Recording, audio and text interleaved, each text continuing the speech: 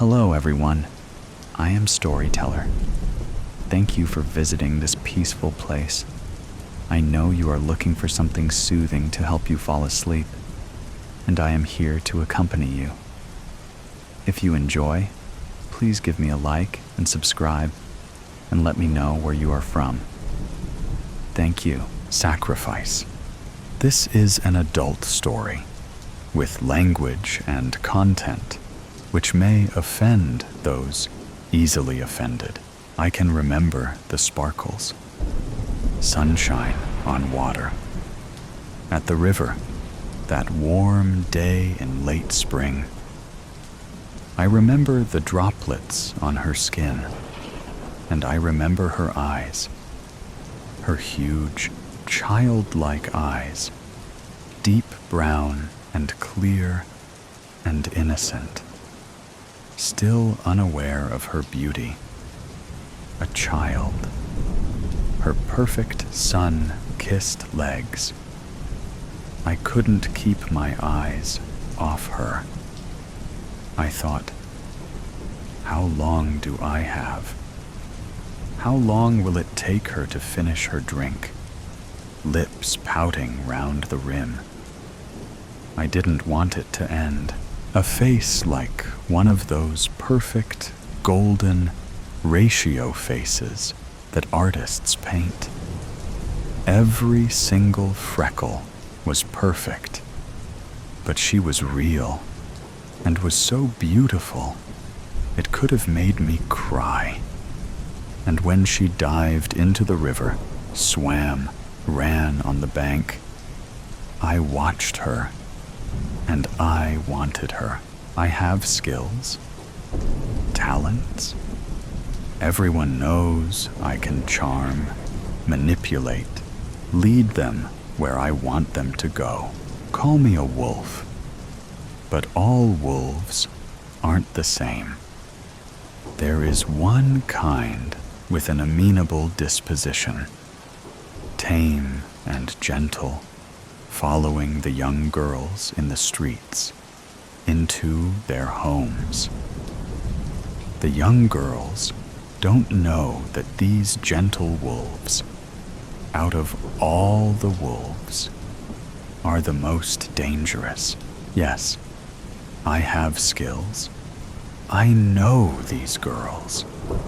They go for the bad boy, and I am the likeness of a devouring wolf, strong and mighty, with great, large eyes, which in the night sparkle like fire, and a wide mouth with most sharp and cruel teeth, a strong body. They want me. They want the dangerous man.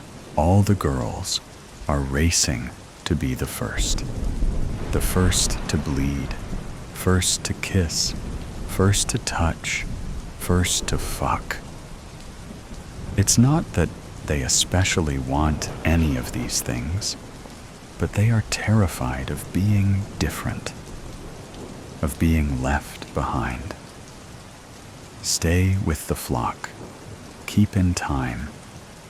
She, as much as the others, terrified of not being the perfect girl, the girl who speaks quietly and calmly, who is always kind and nice, never mean or bossy.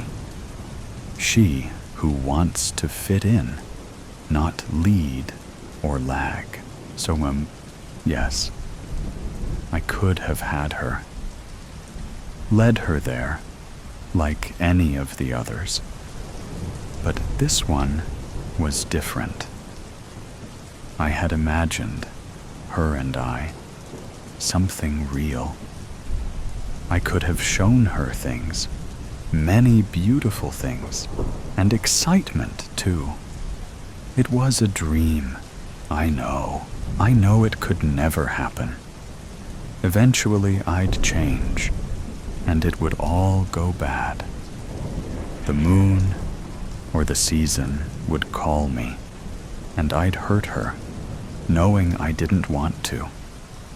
It's too hard when it comes, not something you can fight. It just happens. They know that, the ones who choose the girl to wear the hood.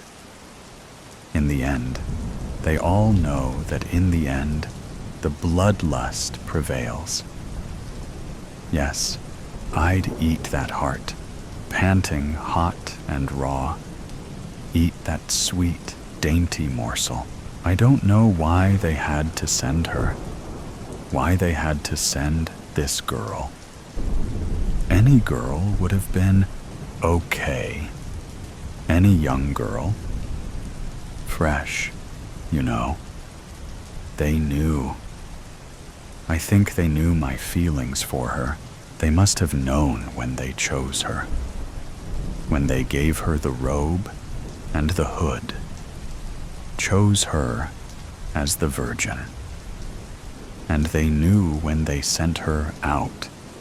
They knew she had to die like the others. Like every year. Did that make it better? Stronger? They for sure didn't think of me. Why would they? None of them ever cared about me. Here we are on the path. Her rich cascade of auburn hair tumbling out from her hood. She's skipping, smiling, with that basket full of wine. Some bring cakes, bake things. But she knew her grandmother, and her grandmother, old hag, crept away. She knew what was coming.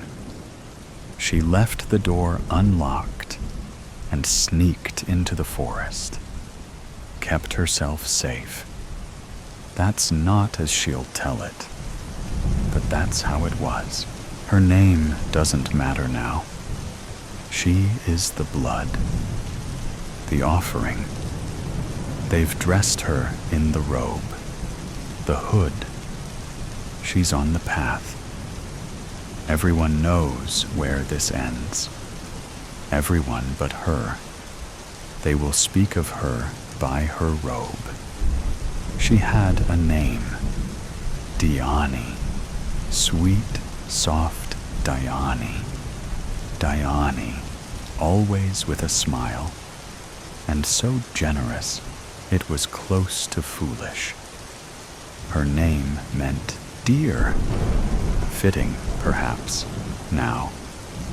Now she is just the girl in the red hood. If she wasn't here, now, sometime later, she would have taken my hand and drawn it onto her breast. And it would have been sweet. In that cottage, on that bed. And she'd love the soft skin of my penis on her lips. And she'd smile when I shuddered as I came inside her, like a child given a gift. But this afternoon isn't going to end like that. I hate them for that. I want to call a pack and hunt them all down. They should fear me now. Those cruel men choosing her, making me do this, the worst thing, the worst part of this nightmare. What is destroying what soul I have left is I know she will taste good, good as she looks. I have always loved the way she looks. Pale skin and that mass of dark hair tumbling out from her hood. Those child eyes. Too big, really. Those dark brown eyes. A beautiful child face on a woman. I want to look into them and for her to see me. The real me, you know? Not just the teeth. How long has this gone on? Thousands of years. I have read. Yes, I do read. I am educated. I have read the Greek. Pausanias knew the how and why. Told the story in which, each year, a virgin girl was offered to a malevolent spirit, offered as a sacrifice. And this spirit, dressed in the skin of a wolf, raped and ate the girl. They will tell another story, one that ends well. The girl will be rescued. Wishful thinking. A better story for their guilt. A happy fairy tale. Keep out of the woods. Don't speak to strangers. No one will mention Diani. They will agree, without words, not to mention her. They won't admit they chose the story. They chose the girl. I will be the malevolent spirit. Everyone believes there's a malevolent spirit. What does that mean, malevolent?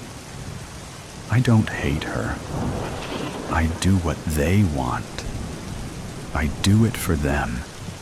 Someone has to. Someone always has. 1,000 girls, 1,000 innocent young girls, 1,000 virgins, so their crops will grow, so their gods will smile. I don the skin, the rank smelling skin, and pull the fangs into my mouth. It will haunt me. Next year, and the years after, all I will see is her eyes. I will see my teeth in her eyes. Watch her last moments, her confusion, and the rising fear. Her scream as I take her. Remember her hair tumbling from her hood. Remember the soft, sweet taste on my lips. As we stroll through the woods, the flowers mock me. They cover the peaceful, sun-dappled glades. Bluebells crowding round the base of the trees like flirting girls. Sweet-smelling columbine in the glades. The dog violet line her path. Bow as she walks to her sacrifice. Take your time, pick some flowers, I say. It's a lovely day. I know I'm going to do this. I know the flowers will cover the smell of your fear and your blood when I take you. Will help cover the stench when my teeth rip open your stomach. The gods will smile. They're bastard smiling gods. And the villagers, they all know it's happening. Duplicitous, lying, cruel bastards. They will cover it up again. They will tell their tales like they always do. But they know, they all know what big teeth I have and who I'm going to eat. Team meeting, 10 a.m., 1 hour. Happy Monday, everyone, Suzanne burbled. Emma used a good deal of restraint and avoided rolling her eyes. A small victory. Her poker face was getting better. Now everyone got the agenda. So first up, we have some housekeeping items. First, congratulations to Melinda on her 6-year work anniversary. Emma dutifully hit the applause reaction button. Then the celebration reaction button. Then, finally, the heart reaction button. She watched as everyone else hit various reaction buttons. Poor Melinda. 6 years was a long time to cosplay an office worker. Melinda was actually cool, though. She once told Emma a knock-knock joke she had come up with. They had just welcomed a new woman to the group, the third Jennifer on their team. "Knock, knock," she said. "Who's there?" "Jennifer." "Jennifer who?" "Jennifer. Probably." They laughed and agreed that you could probably just decide to call everyone Jennifer and be right a reasonable percentage of the time. Did everyone really just decide that they should all name their daughters Jennifer for a few years there? Or what?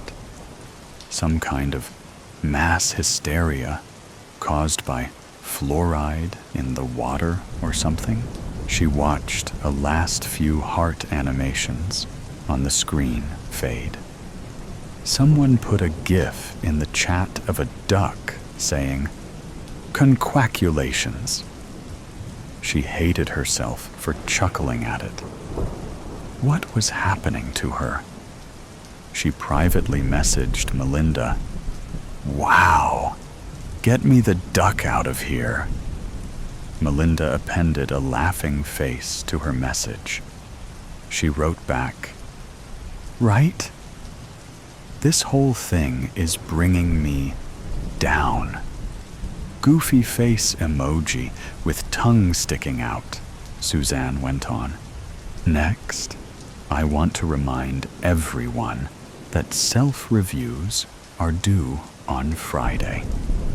Now, I'd really prefer that our team gets them in early. So please, aim for Wednesday, everyone. Don't make me come looking for you." She raised her hand like someone wielding a knife. "Because I'll do it." She laughed. A few people tittered in a tired kind of way. Jen, too, frowned a little and looked uncomfortable. She usually had a pretty sour look, but Frank threw his head back and laughed and laughed. His screen froze for a moment, and he looked absolutely insane. It unfroze, and he sat there grinning. Frank. She wasn't keen on him, but didn't despise him or anything. He sat there with too many teeth showing, wearing one of the corporate t-shirts. It had the Sinbiquity logo, a globe inside a heavy square box, with the one-word sentence, "winning," underneath. Wow, if she ever assimilated that hard, she hoped someone would put a pillow over her face while she slept. Now, once you complete your self-review, your manager will complete their review, and then you'll meet to discuss. She messaged Melinda again. "Ugh, just kill me now." Melinda sent back a GIF of Jack Nicholson breaking through the bathroom door in The Shining. She wrote, "Exceeding expectations." Ha! Emma laughed. She and Melinda smirked at each other on camera and stifled laughs. A self-review. Pfft. Why would you ever say anything other than, "I am knocking it out of the effing park"?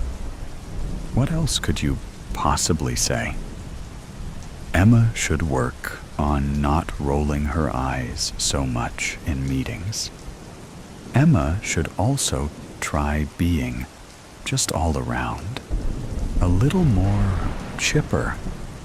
Emma should contribute more gifts in meetings. Maybe you should just effing fire Emma."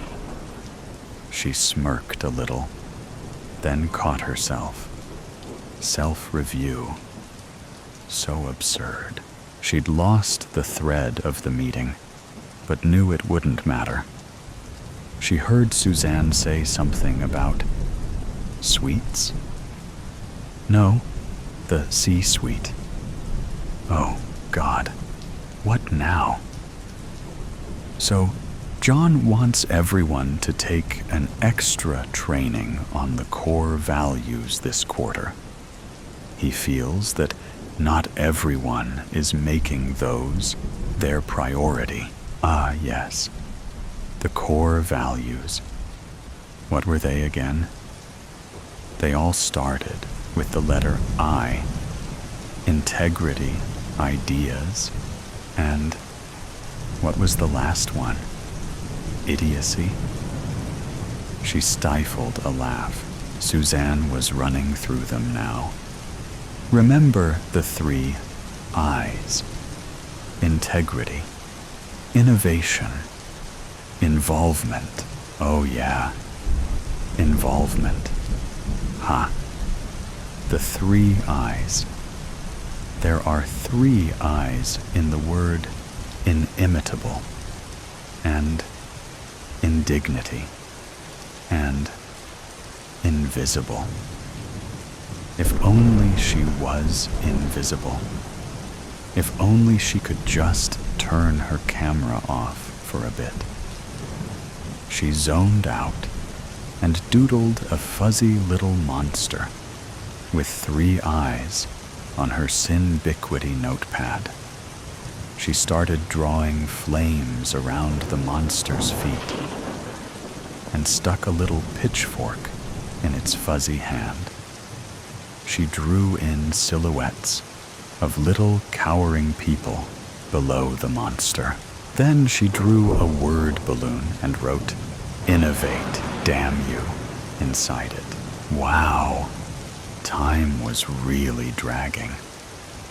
She opened her calendar to check whether this was a half-hour or an hour meeting.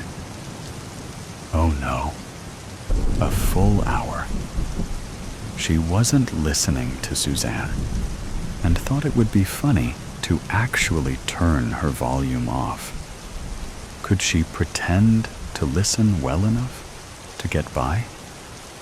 Probably. She turned the volume off. She sat there, watching Suzanne speak. A few others nod. She nodded a little as well. Fascinating. Oh yes, I fully agree. Yes, yes, absolutely. Yes, you're so right. Her screen got a little pixelated for a moment, froze up, and the color shifted darker. Ha! Suzanne looked like some weird demon for a moment. A trick of the messed up pixels. Oh, too bad. Now the picture was clear again. But Suzanne was showing them all something now, and was gesticulating with her hands.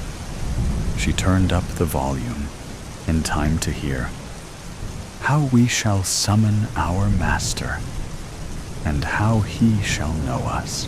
What, the duck? Suzanne continued showing them a complicated set of hand gestures. She stopped, and her eyes rolled back in her head for a moment. Was she making that weird noise too? Like a crackly N sound that got louder and softer with her hand movements. She finished a series of complex hand contortions. Then she began again.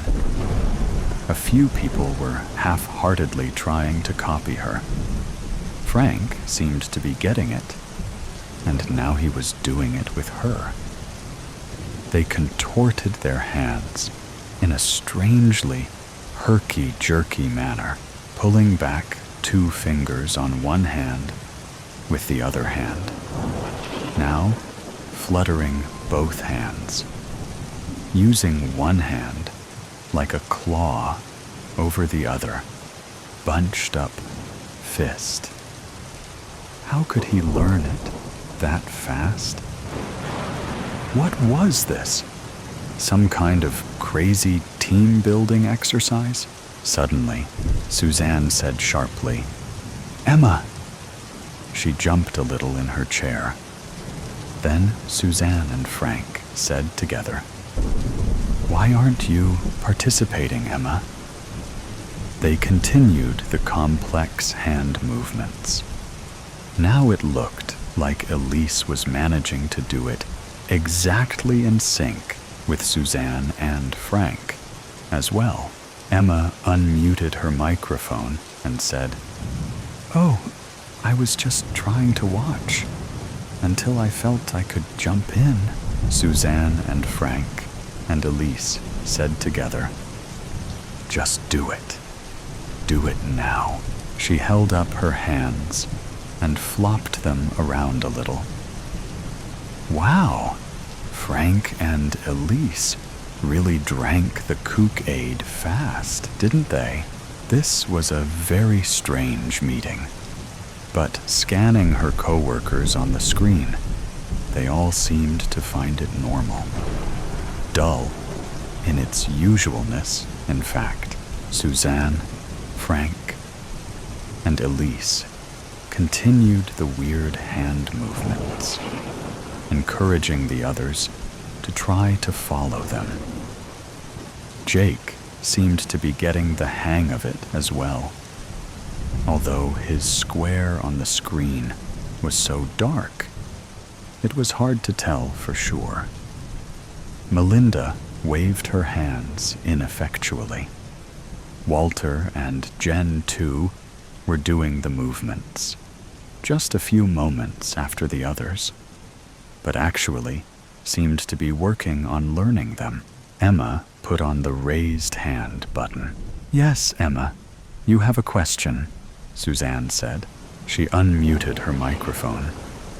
"Yes, I don't understand the point of this exercise.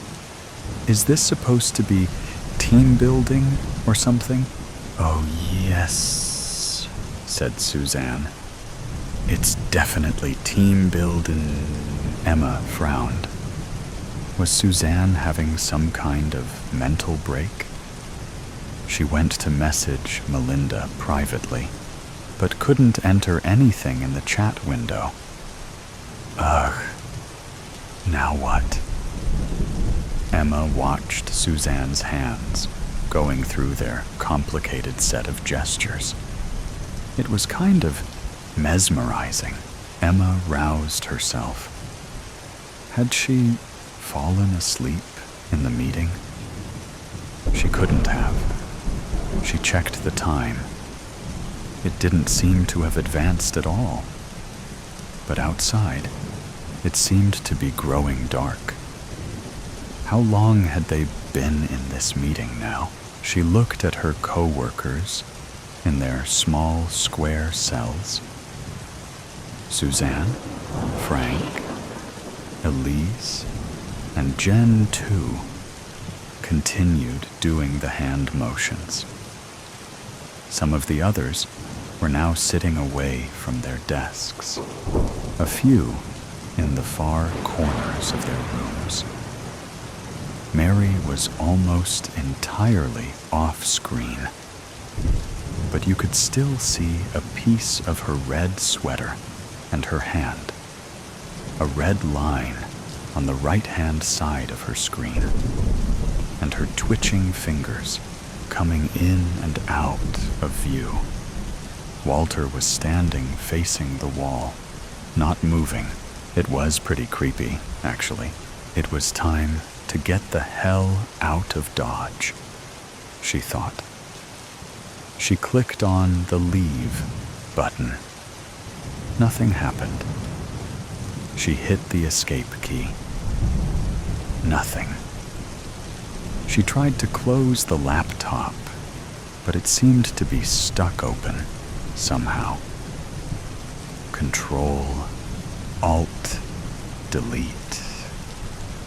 Nothing. She stood up from her chair, intent on leaving the room. She crossed to the door and reached out for the doorknob, and found herself on the other side of the room, still walking forward. What? She tried again. This time, when she got to the door, she reached out her hand, but the doorknob was very hot. It burned her hand with an audible sizzle. She pulled her hand back with a yelp. She put her burnt fingers in her mouth for a moment, sobbing a little.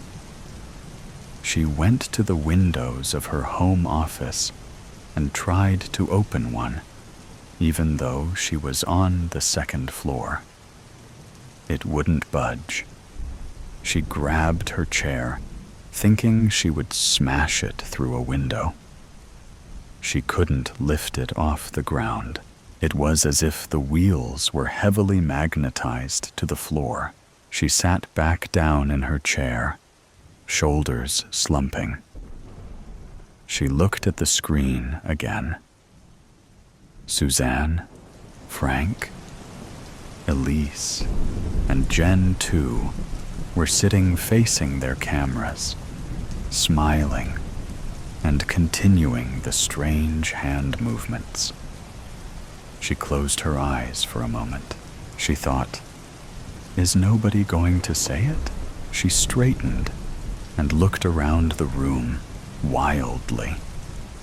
She put on the raised hand icon and pretended to sit patiently for a moment. "Yes, Emma," she said to herself. "You have a comment?" Crazy laughter bubbled up inside her, but she caught it in her throat and swallowed hard instead. "We can't leave here. We are in some kind of twisted trap. Is this hell? I mean, it sure seems like hell, all right. A never-ending meeting." Nobody answered her. One person hit the applause reaction. "We need to do something. Call someone. Pull the plug on our computers, maybe? How long will it take the batteries to die? Melinda, look at me." Melinda raised her face to the camera. Her face had 4 red lines on each side, where she had repeatedly clawed her fingers down her face. She seemed to stare directly at Emma, mouthing some words over and over. "Mel." Emma put her head down on her arms and cried. Suzanne finally said brightly, "Okay, we've heard from Emma." Frank and Elise mouthed the same words as she said them, nodding. "Now, if nobody else has any off-topic items, let's get back to the agenda." Tallow. I spotted the village from the train window. It emerged from gray fields, its houses crooked upon the short slope of a hillside. Tallow, that was its name, possessed a certain genus, as if it longed to be forgotten. A manor, with its many wings and porticos, loomed over the houses from the hill's peak. There were few signs of life when I exited the train. No one walked the streets, and all the curtains were closed. It stunk of old cabbages and sulfur. In the distance, children played, but no school or playground existed in the village. The hotel keeper was asleep when I entered, her chin slumped upon her chest. A pair of reading glasses, hanging from a string of pearl-like beads, rested upon her chest. I felt rude ringing the bell, but even when I did, it took several trills until she woke up. She weighed me with a single glance. "You're the guest," she said. "I should hope so," I said. Immediately, I regretted the joke. She slid the key across the reception desk with disdain. "There's no breakfast now," she said. "You'll have to wait till later if you want to eat anything."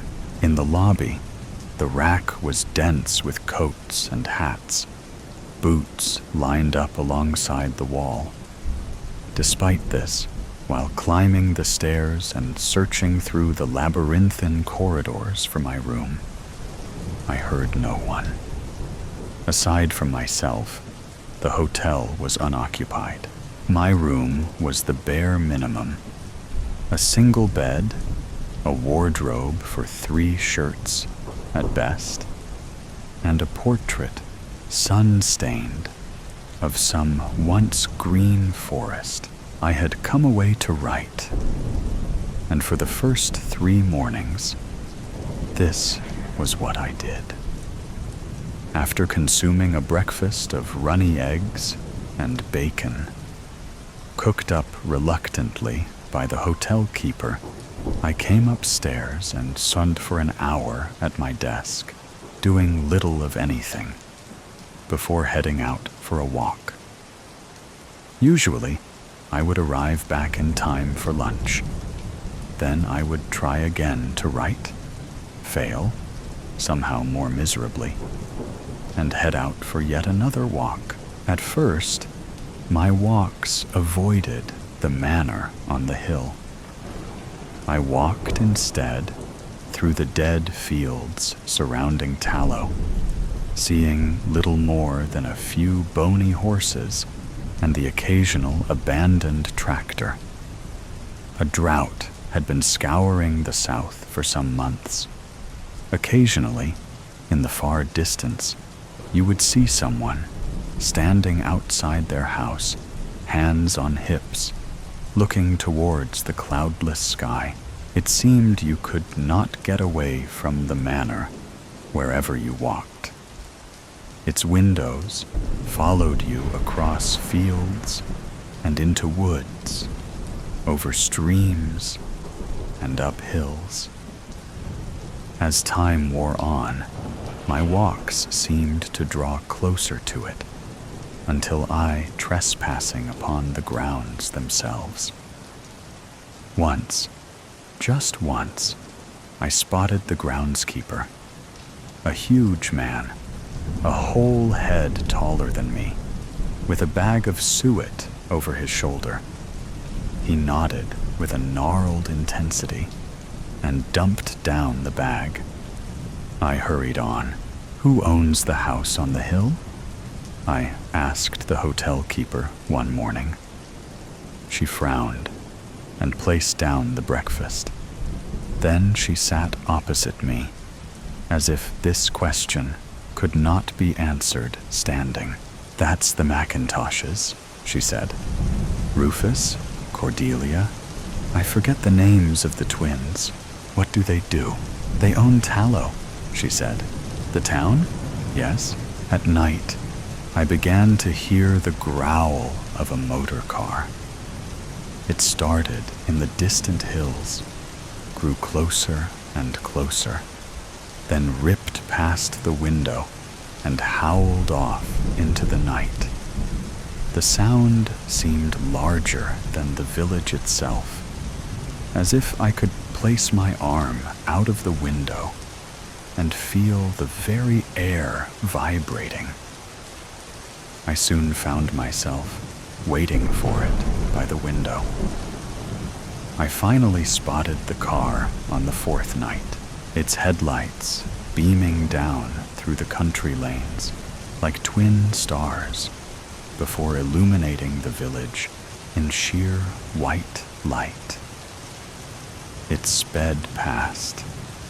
A dark green beetle of a car, its hood down, and its driver guiding it confidently, almost arrogantly, with a single hand, his other splayed across the passenger seat. "Who was that?" I asked the hotel keeper after returning from my walk the next day. "Rufus," she said, and shook her head as if I should know this by now. "He's in one of those moods." The hotel possessed a single cramped bar, really no more than a cupboard stocked with alcohol. The hotel keeper would stand in there, usually, from 3 until 5, and then again from 7 until 9. I came in from my walk, and for once, she was not alone. A voice filled with the hearty opulence of the British countryside filled the room. "A guest," it said. "My boy, come into the light. Let's get a look at you. We haven't seen a guest in years." The voice belonged to a man sitting before a glass of whiskey. He smiled broadly, revealing graying gums and a vast set of crooked, yellowing teeth. He had on a tweed waistcoat, its top sprinkled with dandruff. Almost immediately, I did not want to be in his company. "What brings you to Tallow?" he said. "I came to write," I said. I hated that I said this, but something about his manner meant I could not lie. "Excellent," he said. "Most excellent. You will return to the city with many splendid poems detailing our beautiful town, its beautiful countryside, its..." I waited, but he said no more. "Certainly," I said at last. He smiled, clenching his teeth together so that they may be admired. "I won't detain you long," he said. "The muse calleth, the blank page beckon. All of that. Thank you," I said, and turned to go. He held up a finger. "There is one more thing, if I can say, and this will be awfully forward of me. But you look to have the most wonderfully soft hands. It would be a pleasure to me if I could touch them." I remained in the doorway. "Come on," he said. "Come closer." Something in me, politeness, let's call it, compelled me across the room. I held out my hand to him. He took a sip of whiskey and placed the glass meaningfully down. Then he leaned close to inspect my hands. The dim lights shone upon his moist lips. With calloused fingertips, he traced slow, gut-wrenching circles across my palm. "Yes," he said. "Lovely." He pushed my hand back towards me, as if returning it. "Thank you," he said, and he gave me one last awful look at his teeth to remember him. "It's Rufus McIntosh, by the way," he said, as if I had not already sensed this fact. In my room, I ran my hand under hot water and scrubbed it with soap until it began to ache. No matter how long I worked for, I could not seem to get it clean. I noticed on the doorsteps of the village a set of tawny, whittled dolls. Many wore dresses or waistcoats. I expected the children of the village, who, still, I could hear playing in the distance, would steal these dolls, but that did not appear to occur. At the hotel, the keepers had a tiny straw bonnet which she adjusted so it sat askew on the doll's head.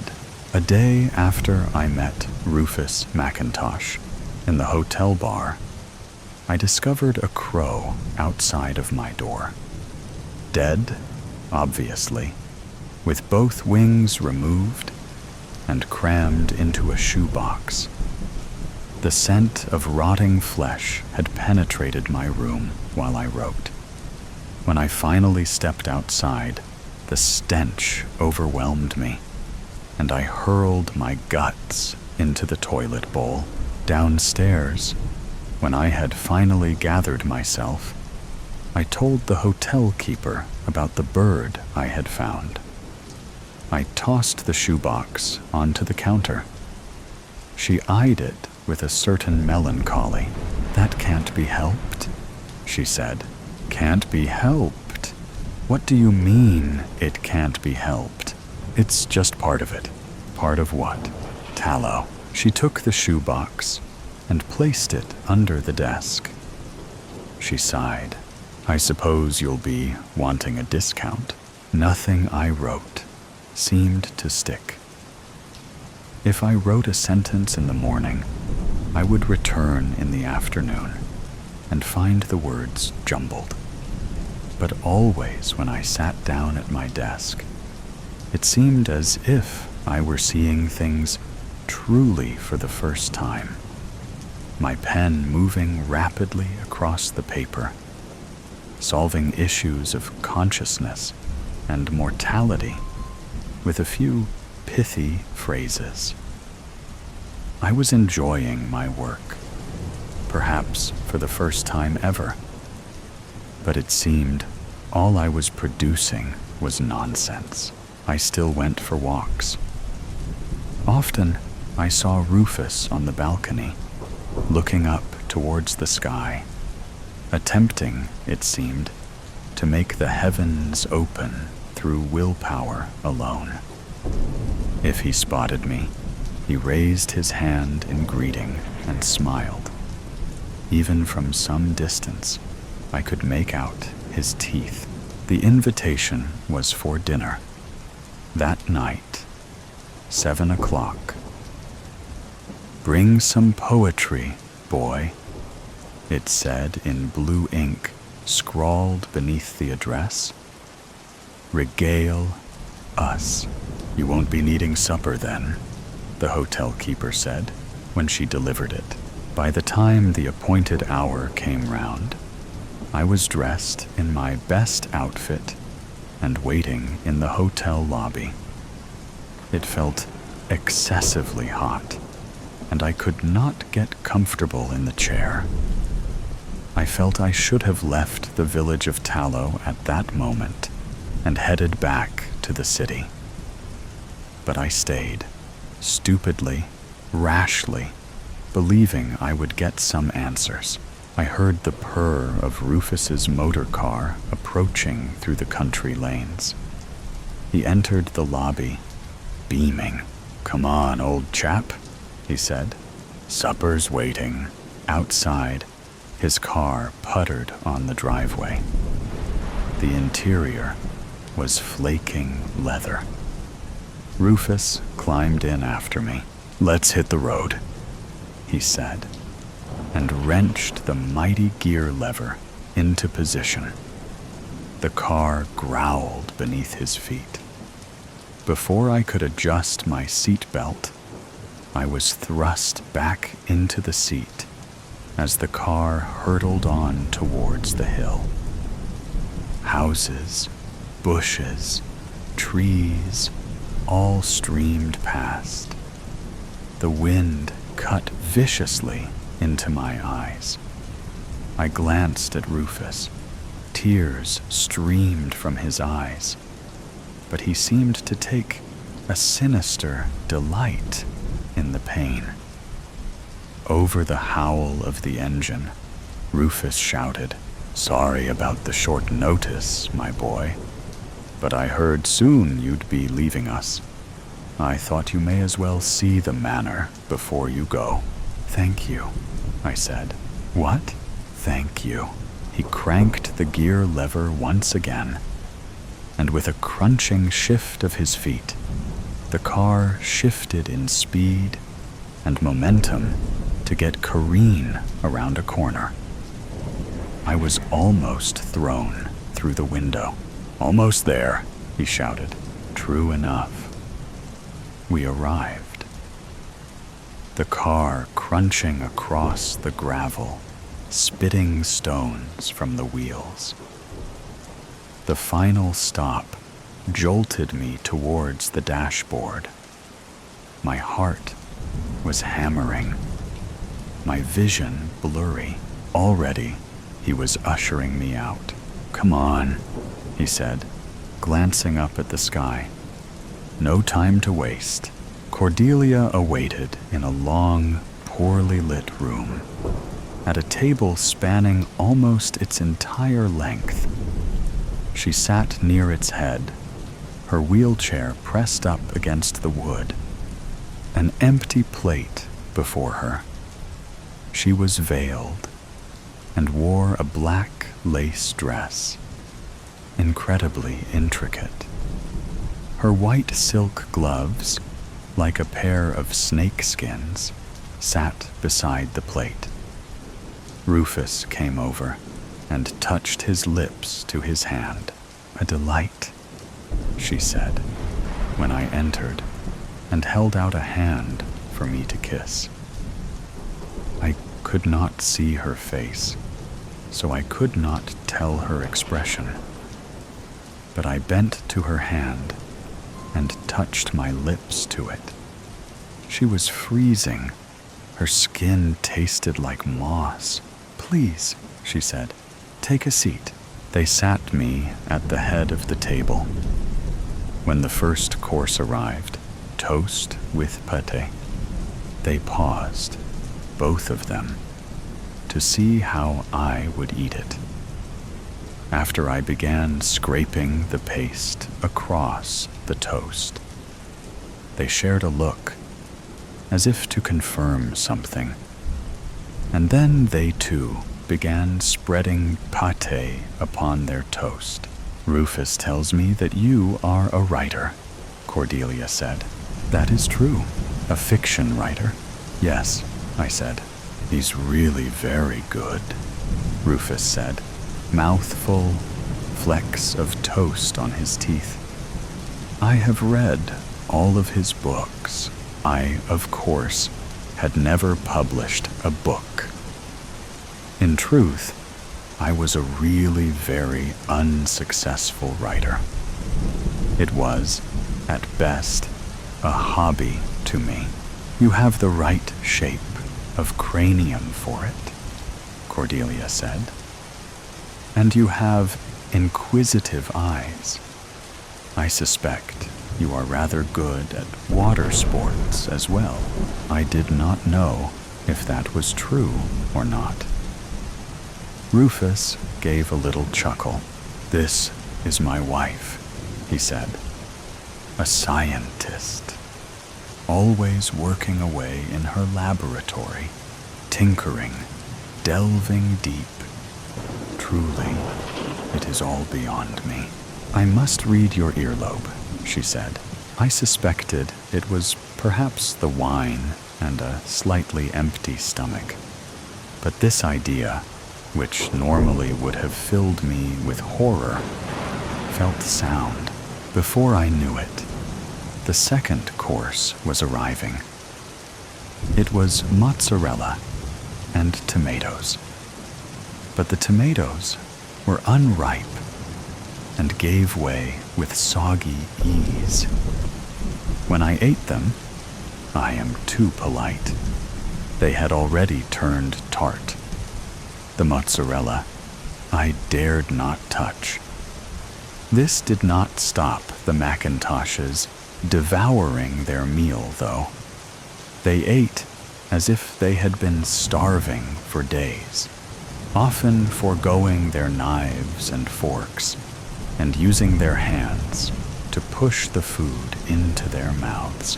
Come the end of the course, Rufus had tomato juice down his chin, and the hands of Cordelia were spotted with food. "Your earlobe?" Cordelia said, tapping on the table. I wish to inspect it.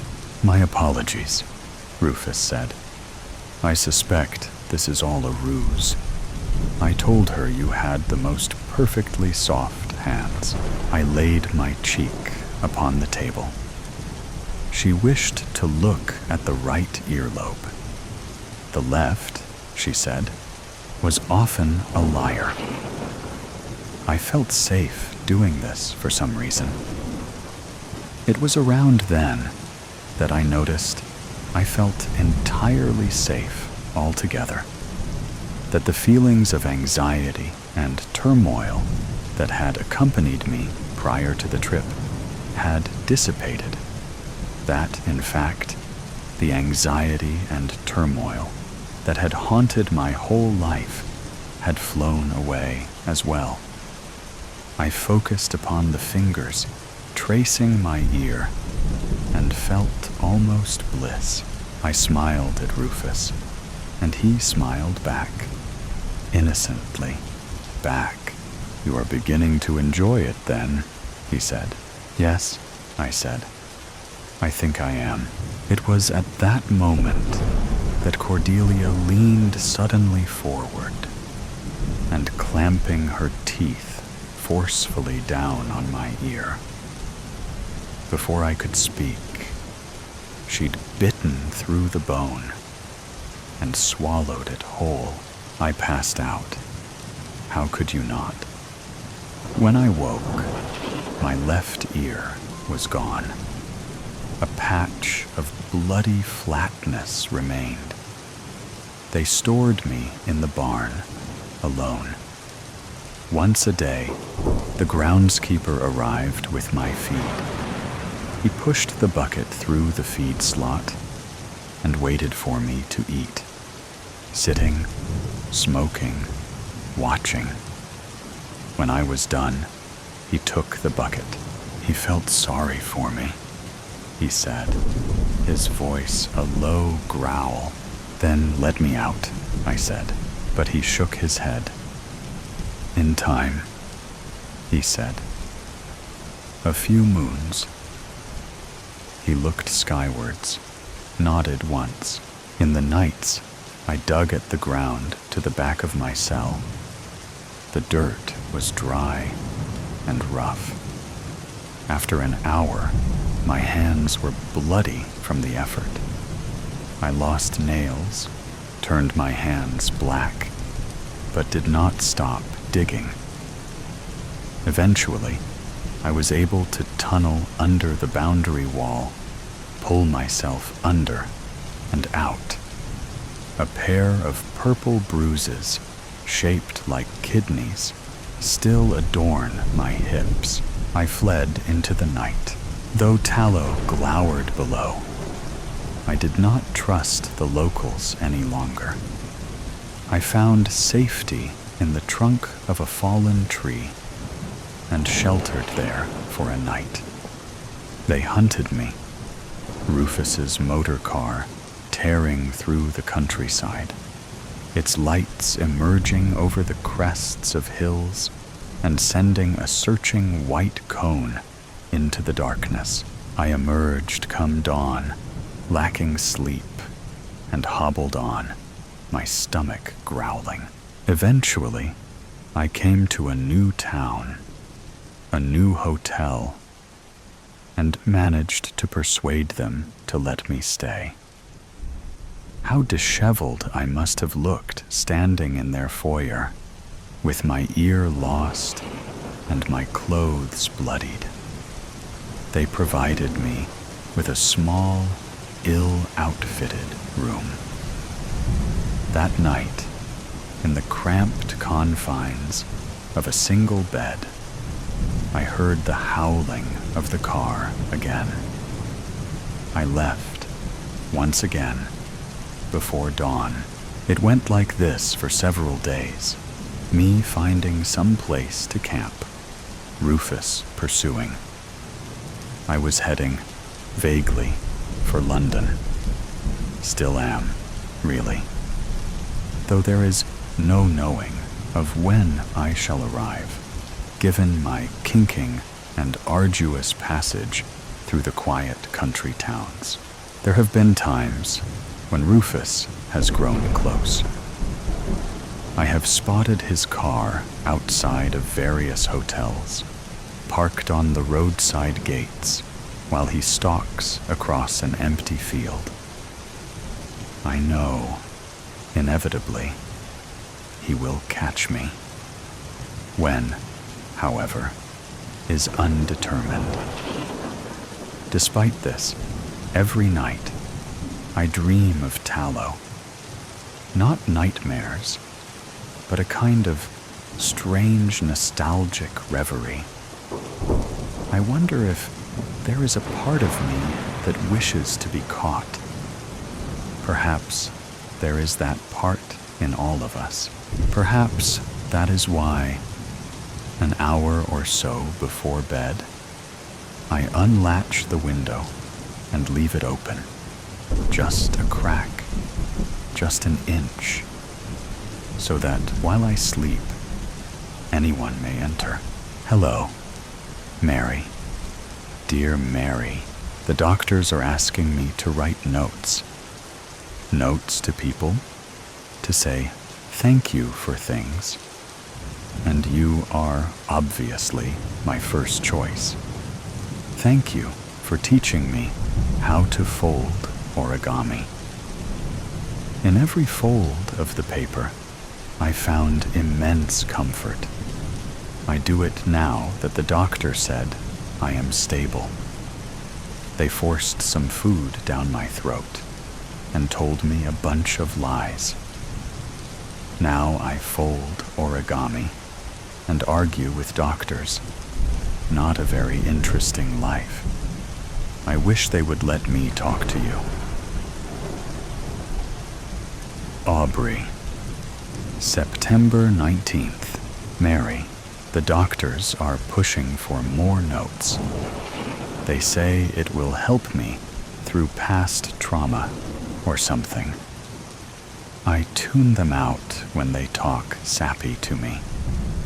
But here I am, trying to get them off my back. Today, I would like to thank you for all the cookies I got when I escaped my house and came to yours. I have a very distinct memory of them. They had a hint of hazelnut in them, rich and fluffy, but they always left my brain fuzzy, making it hard to focus or really think much. Everything seemed so much easier after eating those cookies. I didn't feel a need to argue, to prove my point. I felt so much better. Normally, I wouldn't like to feel so impressionable, but it was strangely soothing then. Aubrey, September 22nd. Hello again? You wouldn't believe the fuss the doctors are making, Mary. They're quite upset I'm writing to you. Did you know they still believe the kidnapping story? I keep telling them you didn't have anything to do with my disappearance. Anyway, I've decided to continue this ritual of sending you letters. The doctors say I don't have to, but it's strangely liberating. So I think I'll thank you for the time we spent together. Everyone keeps saying that you were cruel, that you locked me up, but I distinctly remember you giving me a nice bed, food, and water. You talked to me. You understood my mind. When I woke up screaming, you wouldn't assume things. You didn't rush over and treat me like there was something wrong with me. You didn't tell me that it wasn't real or try to reassure me. You simply smiled at me. It was refreshing. When I told you about how beautiful fire was when it stretched its long fingers, curling around a finger, Nobody understood me like you did. So thank you for that, I guess. Aubrey. September 26th. Hi, Mary. I had a memory come back to me today. Do you remember the time that I snuck into your house? It was sometime in mid-winter.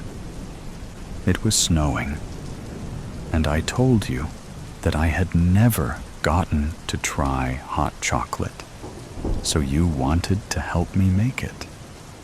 You got out chocolate bars. You said that you had made it all by hand.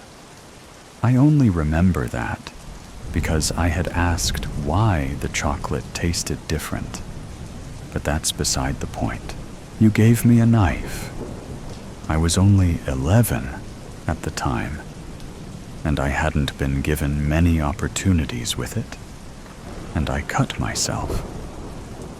This was when we had just started meeting. Instead of crying, I just looked at the blood. Then I asked why it did that, and why my finger stung. You just looked at me and told me that it was blood, and explained the human body. Nobody treated me as intelligent due to my many abnormal behaviors. So when you explained the human body and injuries, I was fascinated. I became obsessed with the concept of injury, and you helped explain it. So thank you for teaching me about that. Aubrey, October 2nd. Mary, the doctors keep telling me about my case. Keep telling me so many reasons why I should not be thankful I met you. Should not write notes to you. But I don't understand why. They weren't there. They didn't understand everything that happened. They don't understand why you kept me hidden, why you took me away from the world. They keep telling me that being away from reality for so long messed with my memories and my head. They keep telling me, I know it's hard to process, and your brain is making sense of fear in a way that is easier to handle. What happened wasn't like what you remember. You were kidnapped, Aubrey, and Mary wasn't a nice lady. And I keep telling them, no, no, no, no. You don't understand. She was a nice lady, a very nice lady. She taught me lots of things. She was nice, nicer than lots of people. And they keep telling me no. No, no, no, no. And I can't stand it. They keep using words I don't like. They used the word abuse, torture. If it wasn't for you, I would have lost my temper already. So today, I would like to thank you for teaching me patience. When you kept me away from everyone, you taught me lots of things. You taught me to be patient, for one thing. And even though I wasn't always the most comfortable, I'm better off now. I can sit in a quiet room for hours without doing anything. I can wait and wait without ever getting impatient. Although the doctors are saying that my comfortableness in isolation is not patience, it is a response to trauma. But I know they're wrong, so thank you for teaching me patience. Aubrey, October 6th. Hello? I'm getting tired of these people telling me things about you, Mary. They want me to stop writing to you. And I'm getting frustrated. They told me that you were mean, that you hurt me. But you never hurt me that bad. You were just trying to teach me. I asked you to teach me. That's what it was. It was always that. They keep telling me lies, so many lies. And I'm starting to have nightmares. They tell me horrible things. They say that you tied me to a bed frame because you were mean. And I keep telling them to stop lying because I'm getting nightmares and fake memories. I had one specific nightmare that I remember. I was bleeding badly, and you kept saying the same thing. You spilled a drop, and you said it meanly, but I can't remember that. When I woke up, I thought I did, but it can't be real.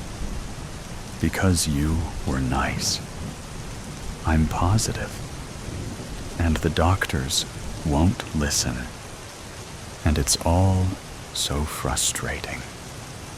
Because they told me that you were cruel.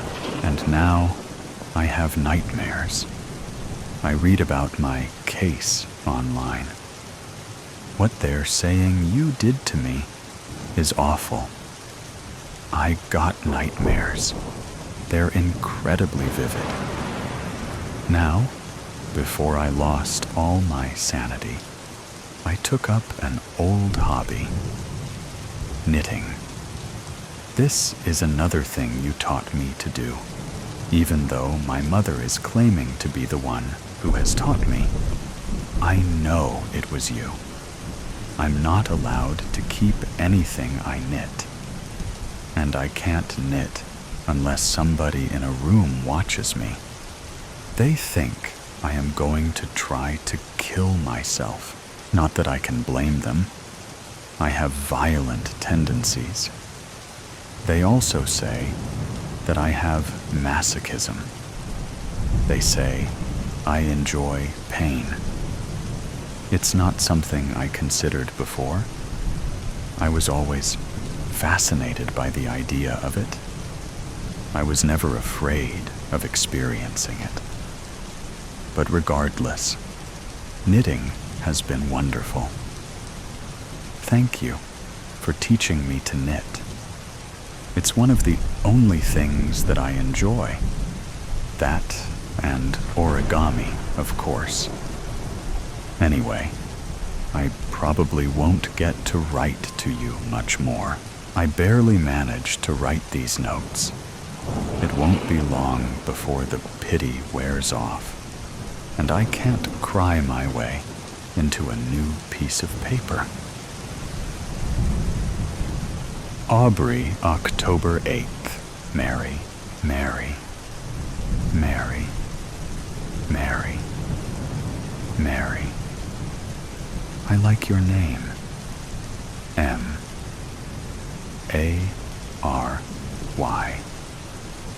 Something soothing about it. I'm sure that this will be the last letter I write to you.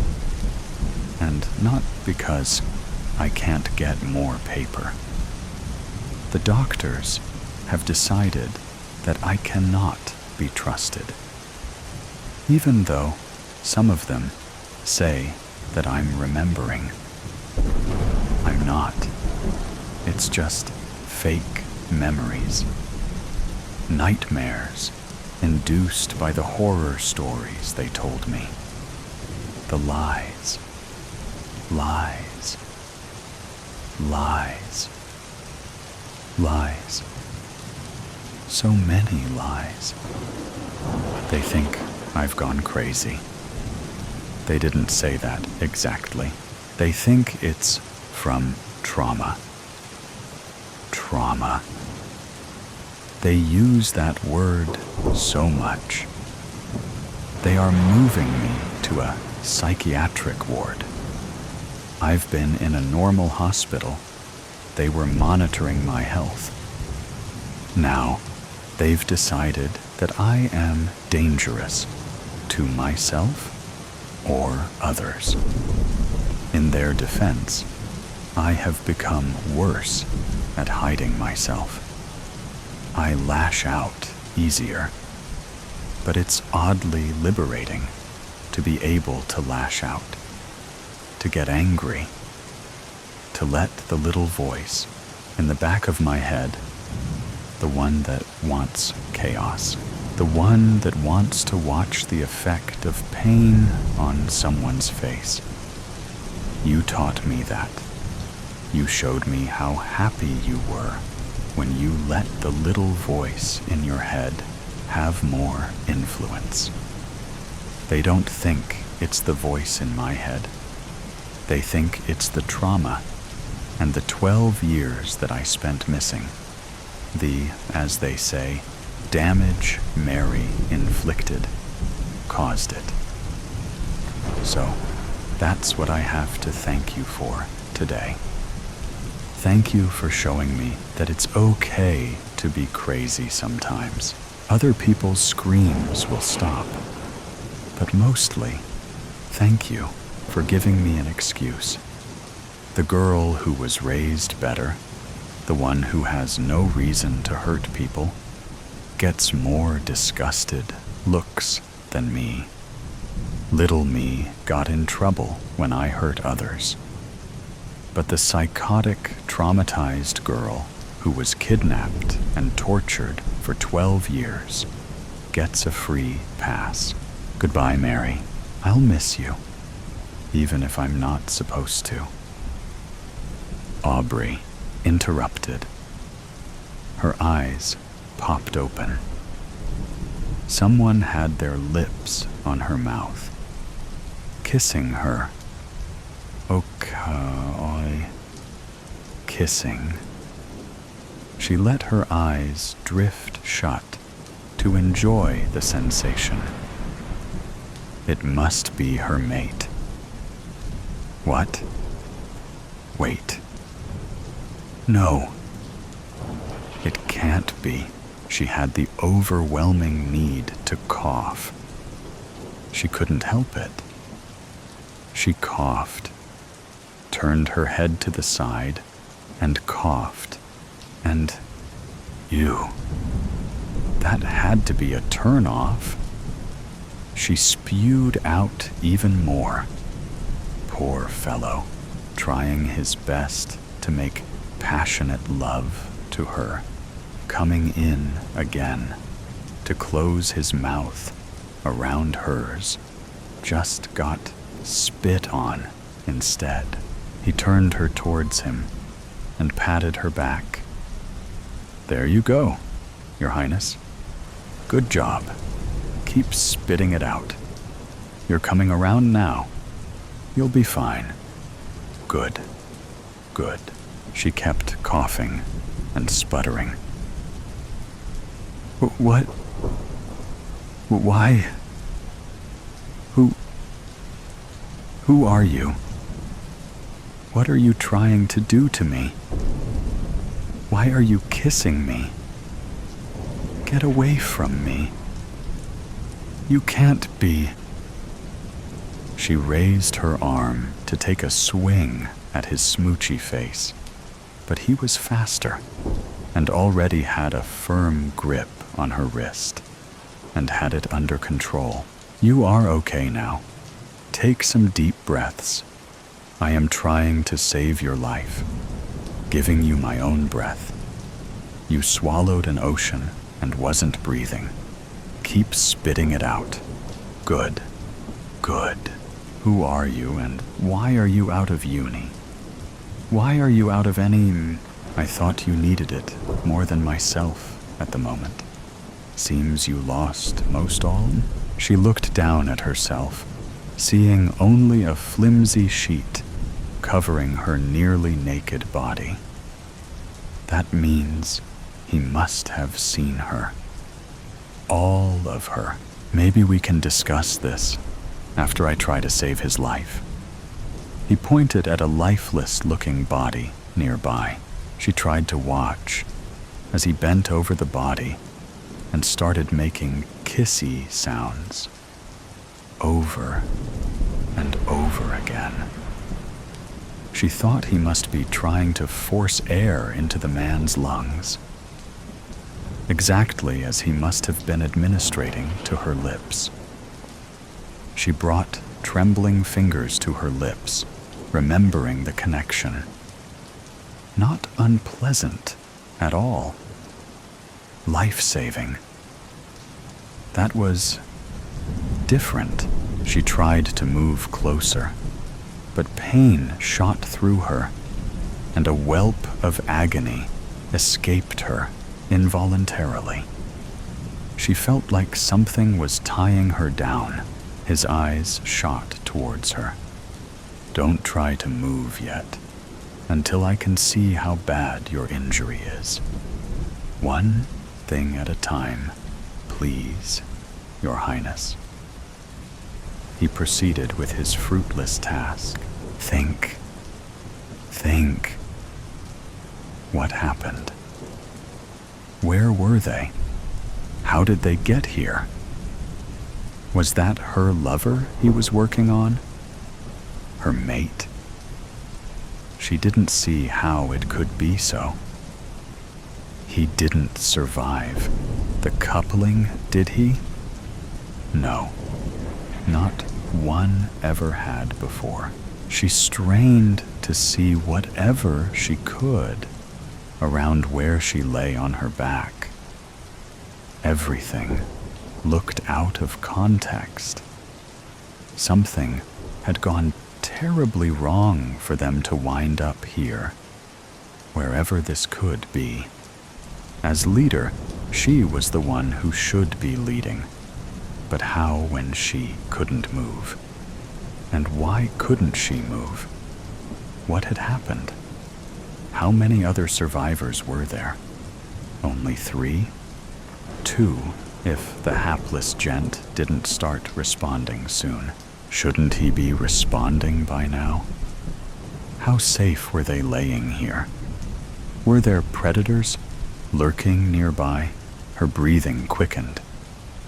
She must conserve her energy. Wait. Just wait for his help. She took some deep breaths, trying to get the pain to subside. And remember. She must remember. Why couldn't she remember? He sidled back to her side. I'm afraid my efforts are to no avail. He was too far gone. I can't bring him back. I am so sorry. Now, if I may, I must attend to your condition. She squeezed her eyes tightly shut. I don't know what to say. Who was he? Do you know? You mean you don't remember? Yes, of course. I knew him well. We were working together, really. What is your position? Why don't I recognize you? You took a mighty fall. You've suffered a blow to the head and other injuries. It is no wonder your memory is fuzzy. Relax and trust me to administer to you how I must, and perhaps it will all come back to you. Don't worry. We will get to know each other very well. He started soothing her head, then moved downward, down toward her swollen abdomen, and kept massaging and what felt like stitching with ever so soft silkiness over the sore spots. It was easing her anxiety, so she let her vision drift upwards. There above was... What was that up there? Was it night or day. Something way above was blocking out the light source. It seemed heavy, with intricately crossed sections, creating a structure for support. She was peering at the underside, the side that was decorated with shimmery, delicate webs. Webs? Yes, webs. Her queendom of webs. That's where she fell from. That's where she belonged. It was all coming back to her. Betrayal, her lover, her chosen mate. Every detail was well planned. He had brought her an enticing offering of soft-bellied beetle. They had started enjoying it together. She was willing to share. She was no longer ravishingly hungry. He entertained her with a skillful courtship dance. He had been so good-looking and such a virile choice. She had no intention of cutting the ritual short. It was going to be an awesome night of mutual copulation, maybe even multiple times. They were both going to get lucky. She was looking forward to it being so sublime, so fulfilling. She was bulging with a ripe egg sac, perfectly spun, and all that was needed was his speedy sperm, and the deed would be complete. The pheromones were reading ready, and she was welcoming his pedipalps to unfurl within her. Suddenly, a piercing stab to her hourglass figure jolted her and made her lose her grip, causing them both to spiral down into a great abyss, ending in murky blackness, gasping for breath beneath a watery grave. If not for this lifesaver, this pale, skinny wannabe. No, you are no lifesaver. My survival senses failed. They should have warned stranger danger. You are the one that pierced my center. You're the one that caused our fall. Ah, I see. Even with half your brain eaten, you are beginning to remember. Yes, I am but a puny, pale male. But we males all have an instinctive drive to pass on our unique DNA to a new generation. I find myself extremely drawn to an older, more voluptuous female specimen such as yourself.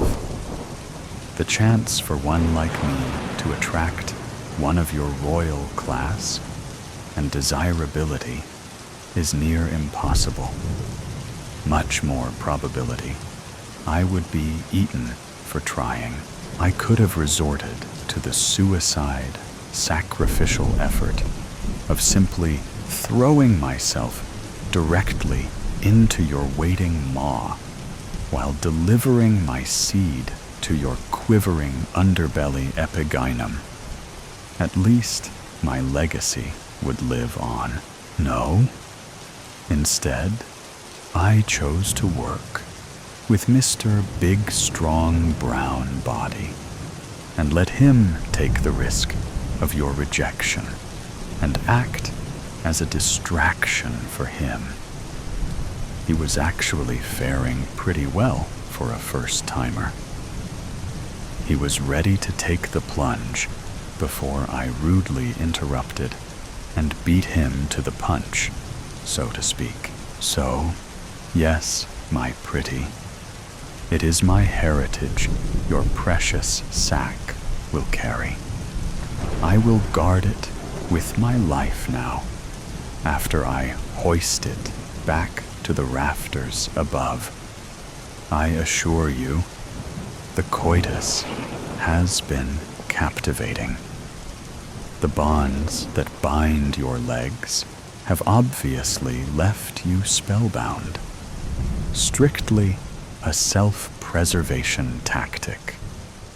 I have plugged your riveting receptors so no other male can have the pleasure. But it wouldn't matter anyway.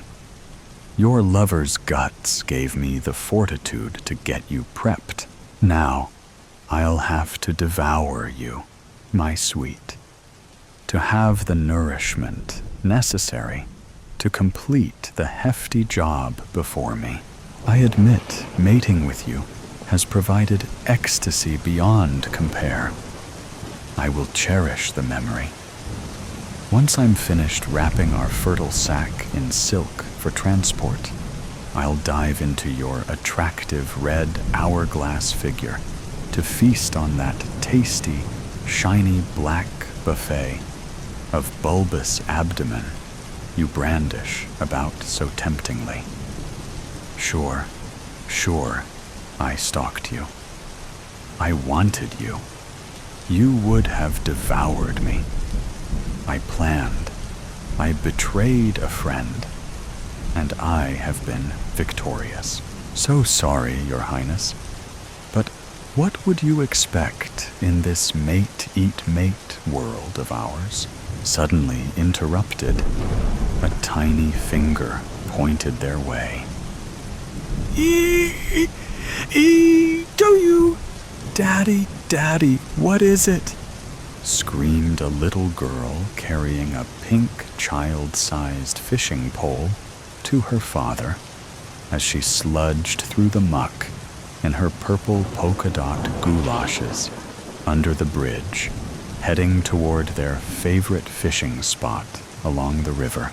Looks like a nasty black widow spider, sweetheart. We don't want that around here. Daddy smashed the heel of his boot down on the unfortunate, melodramatic scene unfolding on the bank and twisted it all into the mud. The twisted end. Oh, mother, please send my father across. It was all a dream. Merle's breath like rotten fish on top of her tongue. The balled-up, gray, dead mass of it settled at the back of her throat, like stale phlegm. His beady, stained tongue wriggling around on top of her tongue. His hand under her blouse, fumbling, scratching. His nails yellow and black and green. The sight of which made her vomit. His puss-filled, bandaged hand on top of her breast, the nail digging into her nipple, the dirt in his nails mixing with her blood. In her blood. The blood cool in the thick heat of the dark room. Sweet, mixing with the scent of the vomit dried on the floor. She had dreamt it in the night, writhing like a dying fish. A pool of yellow sweat, unable to scream for all the phlegm in her throat, the fat tongue in her mouth, the eyes in the window. The eyes were from a long ago dream. Black. A darkness darker than the black heat of the room. A self-eating darkness, turning inwards, 2 holes in the dark, like the memory of the snake's fangs on Amma's black skin. 2 eyes watching her, watching itself. 2 eyes, like holes in the heat. She could slip away, like vapor like smoke, like the silver mist over the river. The river, black in the night, black and shining, winking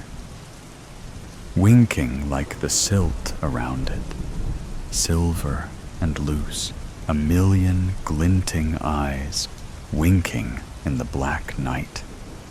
The air ripe with the sour promise of raw mangoes, teasing and winking from the branches. Among them, the glinting brown eyes, cat-like of Muna, sitting on the branch naked, his long, cat-like body shining fluorescent, blue and violet, in the dark night. "Ladki," he whispered to her. "Want a mango?" His words tinged with the stale scent of a biedi, fishy. In the river, there were fishes as small as a dot, dark and invisible, holes in the river, moving eyes. The big fish did not swim. They stared at her, their mouths sending a bubble up the surface of the water, which burst with a quiet pop, waiting for her answer. "Pop, pop, pop, Munia?" she asked. "Not ripe yet," Muna said, and laughed, revealing a scurvy mouth with wiggling teeth, like maggots. With each shake of the shoulder, a ha up and a he down, the teeth dropped down, raining like mangoes, too impatient, too ripe and restless, dropping with a pop, pop, pop. As they dropped and popped down, the night black rats gathered them up and scuttled away. An undulating, shadowy tide, whispering, an underground, mousy susurrus, like the restrained gossip, sisak, sisak, of the leaves in the night wind, conspiring. Amma had said it was rubbish, that the Aam tree was spiritless, spirits having no cravings for the mango. It was all make-belief, just whispers, conspiring. But this changed when she saw Muna's body, the penis chopped off, dangling from the tree. And now he was sitting beside it, kicking it absent-mindedly once in a while, so that it went swinging, a Sawan swing scene. Munia began to sing now, bellowing in the night, quiet. Amma, mere baba ko bhejori, ki Sawan aya. Mother, please send my father across. Now the rains have come. And with her voice, the rains came down, quiet at first, trickling down her forehead, down her back, like sweat, mixing with the sweat into a vaporous headache. But soon, as Munia's bellowing grew more hysterical, stretched and cracked, the rain gained violence, sheets after sheets crashing down on the earth.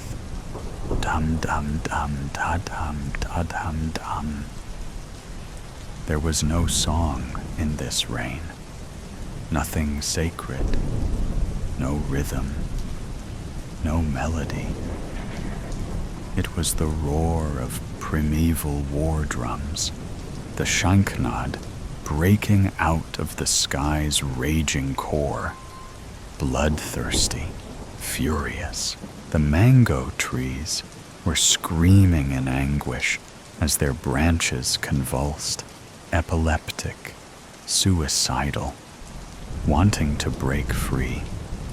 But the roots unyielding, circling tighter and tighter around their ankles, cutting off the blood, then cutting into the skin, circling tighter and tighter till they were bleeding. They were bleeding and screaming, their blood washed out by the rain.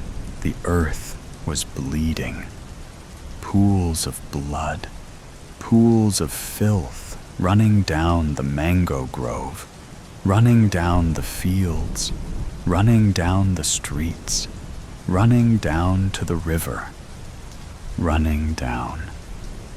She looked at Munna, hanging on to the branch, swinging in the rain, the noose getting tighter and tighter, choking, screaming out into the rain. Ama, mere baya ko bejori. She knew that the flow of the dream, the black river, with the pop-pop fish, with the mango carcasses, with the winking stars in its belligerent waters, was running down to the void, the shunya that was inside her, the void that she was made to cover with her sari and petticoat, her red bangles and black bindi, the red dye on her feet, and the toe rings which cut into her skin, the shunya that was a red field with Amma's corpse lying among the bent-down barley, the teeth-girdled void inside her stomach, as she watched her running towards the mango grove in her shit-stained sari, the blouse torn off, running to the branch that was no longer weighed down by Muna's incomplete body, the void that no Baba, no Bhai, no Mama could cross, a bottomless pit. What could Sawan do? The shunya spelled out by the noose around Muna's neck. The shunya Murli was trying to prod with his puss-filled fingers and his puss-filled organ. The shunya that was a dream, the void that was this dream that was a void, flowing, rushing down into the night, to where the black river came to a halt at the dried-up vomit puddle, out of which she emerged into the dark room once again. Her body felt slimy, putrid, a mix of semi-digested rice, sweat, and the rotten substance of death. Murli's hands pressed tight around her neck, and her neck gave away, turning to sludge. Murli bent down and licked it up, his tongue abrasive, spiky, leaving scars for flies to lay their eggs on. Her breath started to go, and she could hear the thrashing of her heart in her ear. But she repeated to the beat of her thumping heart, "It is all a dream. A dream, a dream." It was all a dream. But it wasn't hers alone. It also belonged to Amma.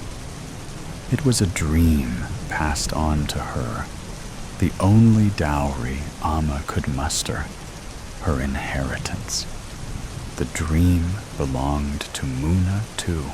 It was the dream that Amma spun out in the thick heat of the dark room, spinning and spinning, the thread of her word laced with her saliva, the strings of saliva that would purse her lips as she kept mumbling in the dark, spinning, her words indecipherable, a chant, a plea crying out into the night. Muna, Muna Munia Munia.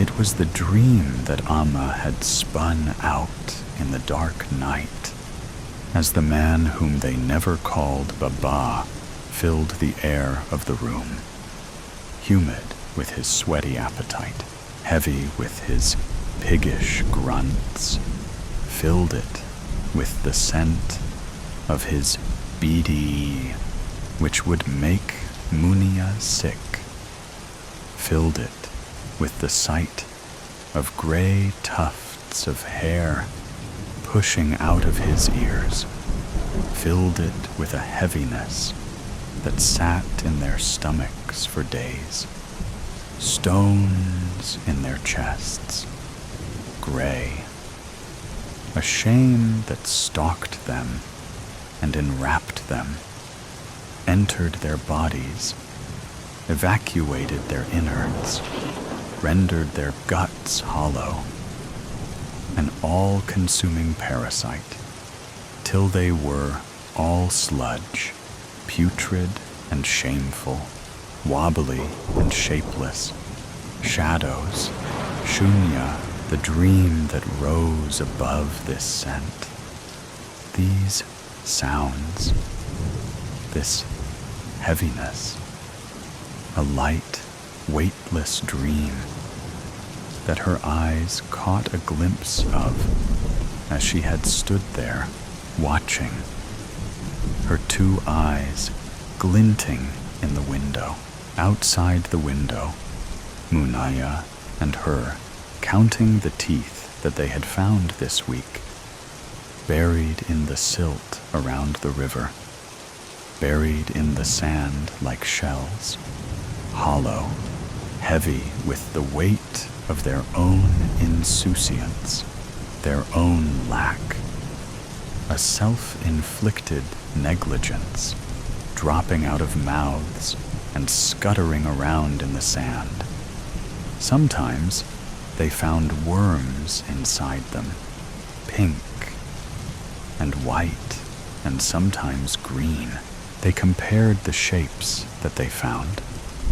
Munia claiming her finds to be sharper, while she rubbed hers against her thumb till it turned raw, certain of their supremacy.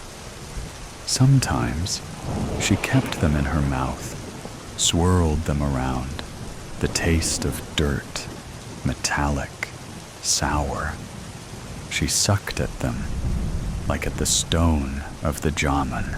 Now, Merle's teeth shifted around in her mouth, scuttling down her tongue into her throat, tasting of gutka and anger, scuttling down her body, digging, puncturing the skin, searching for the arteries.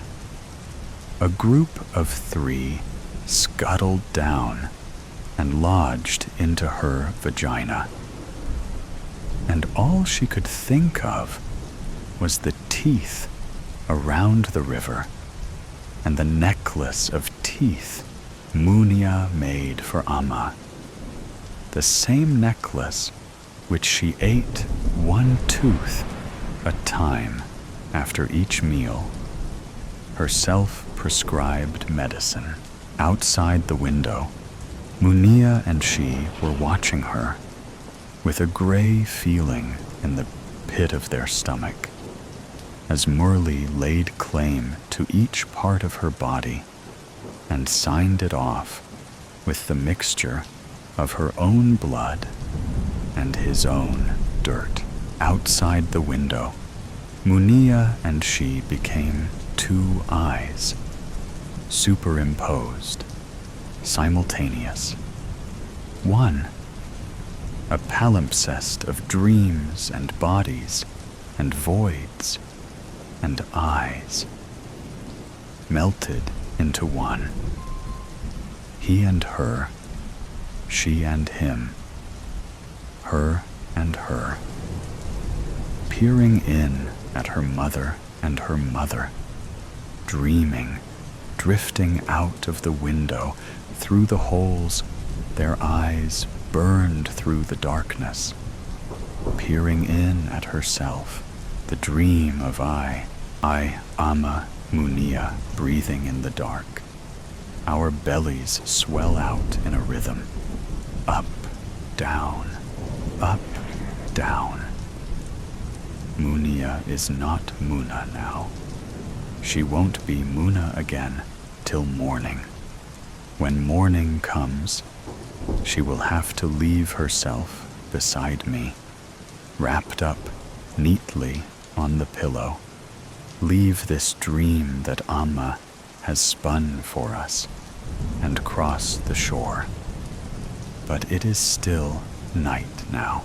Amma is telling us the story of a king who lost all his kingdom, all of whose children died at his own hand by some cruel accident of fate, all of whose wives died of grief, all of whose citizens died of the plague, and all of whose army died at war. Now, what could such a man do in this world? He wandered around the ghost of his kingdom, dreaming.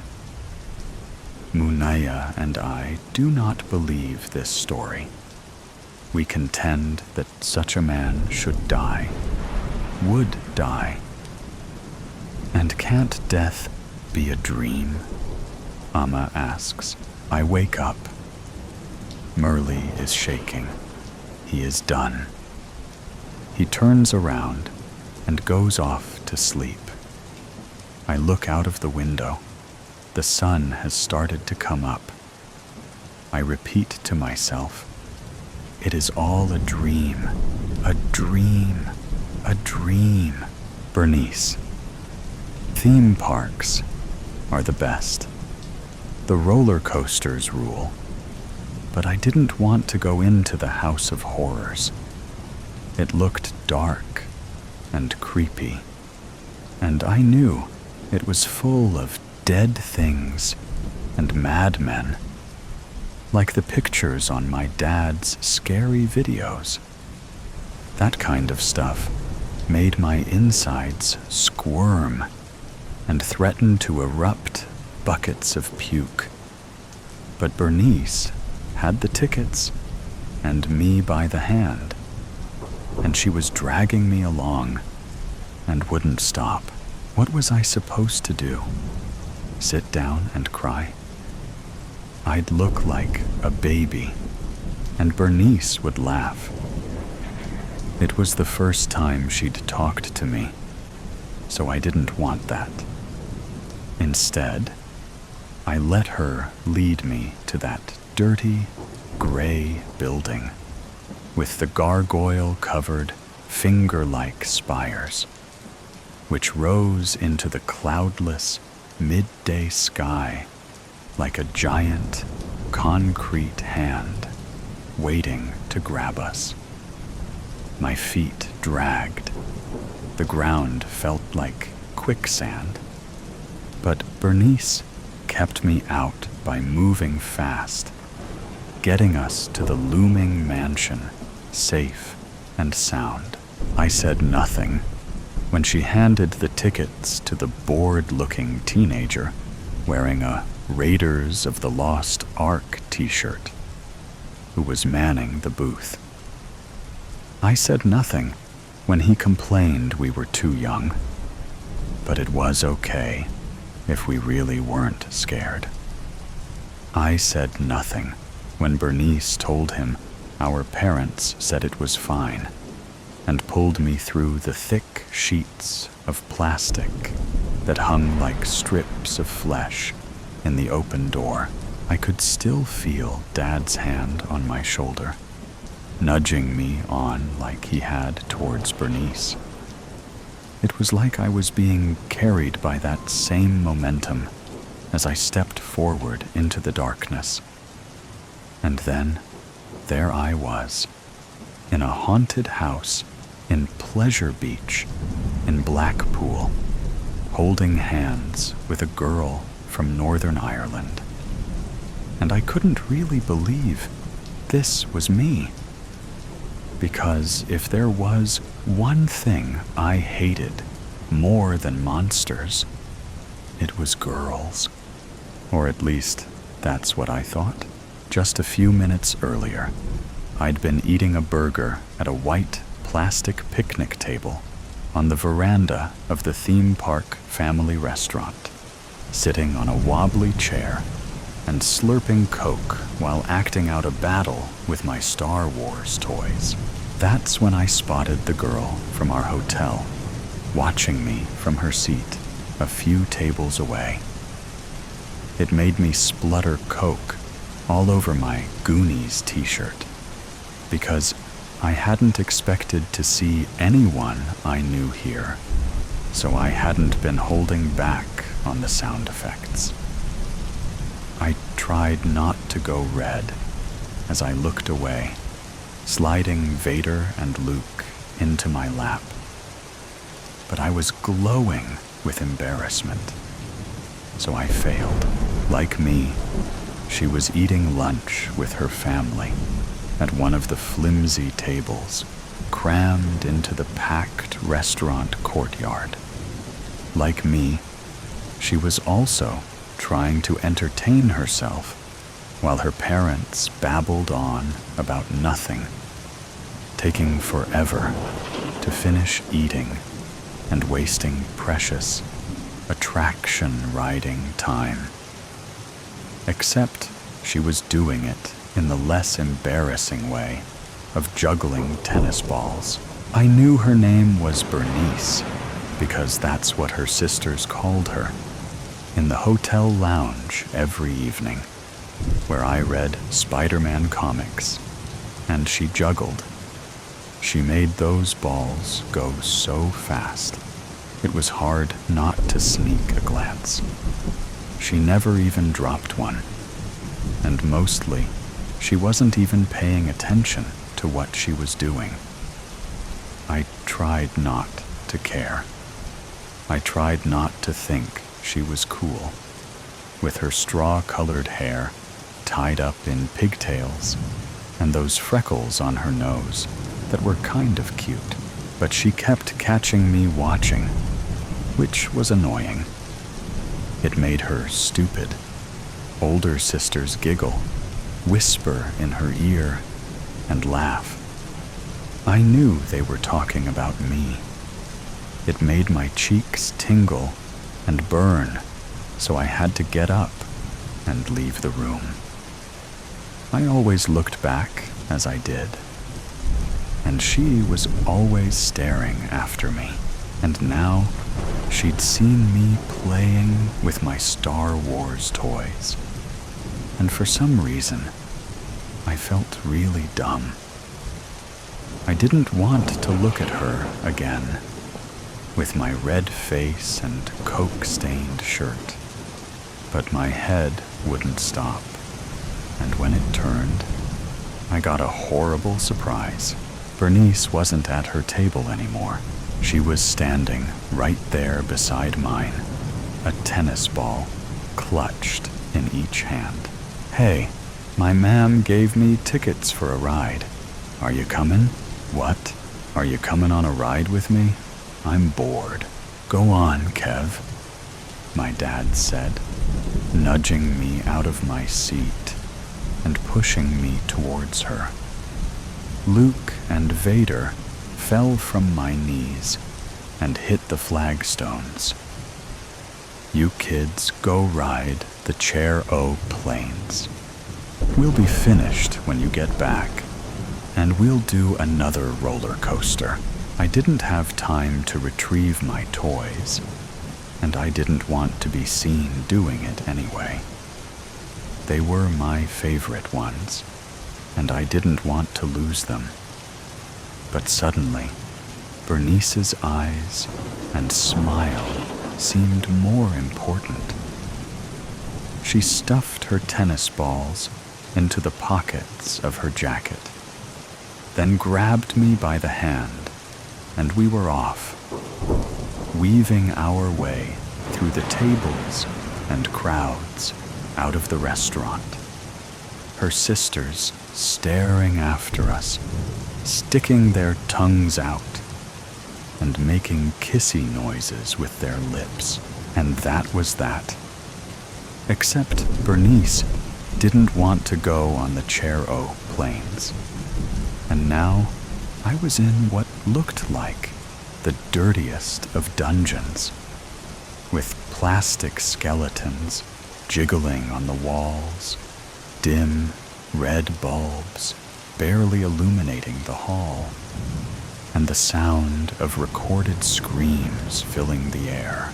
My heart pounded like it was trying to break free, my breath catching with each shadow that stretched from the walls. The darkness seemed to tug at my limbs, squeezing tighter with every screech. I didn't like the plastic vampire sucking on the neck of a mannequin.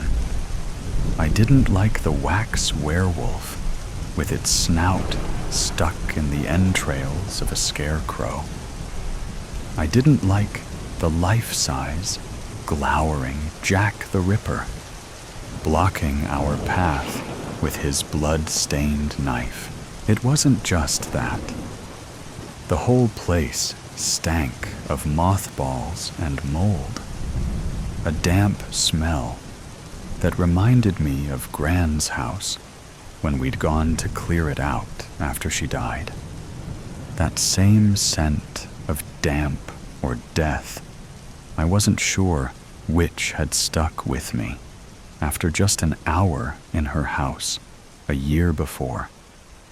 And it was back now, stronger than ever. And the air didn't just smell bad. It felt bad, like a horrible weight pressing down on me, squeezing the oxygen from my lungs, like Vader using the Force to crush a throat. I hated it, every bit, but Bernice loved it all. She squealed in delight at every discovery, pulling me through the halls at breakneck speed, barely pausing at each horrific sight before barreling us on to the next one, which was good in a way, as I didn't want to be there longer than necessary, but bad in another way, because I'd barely recovered from one scare before another leapt out. Frankenstein's monster staring wide-eyed on a table, blood-chilling. A trio of witches at a smoking cauldron full of bones, nerve-wracking.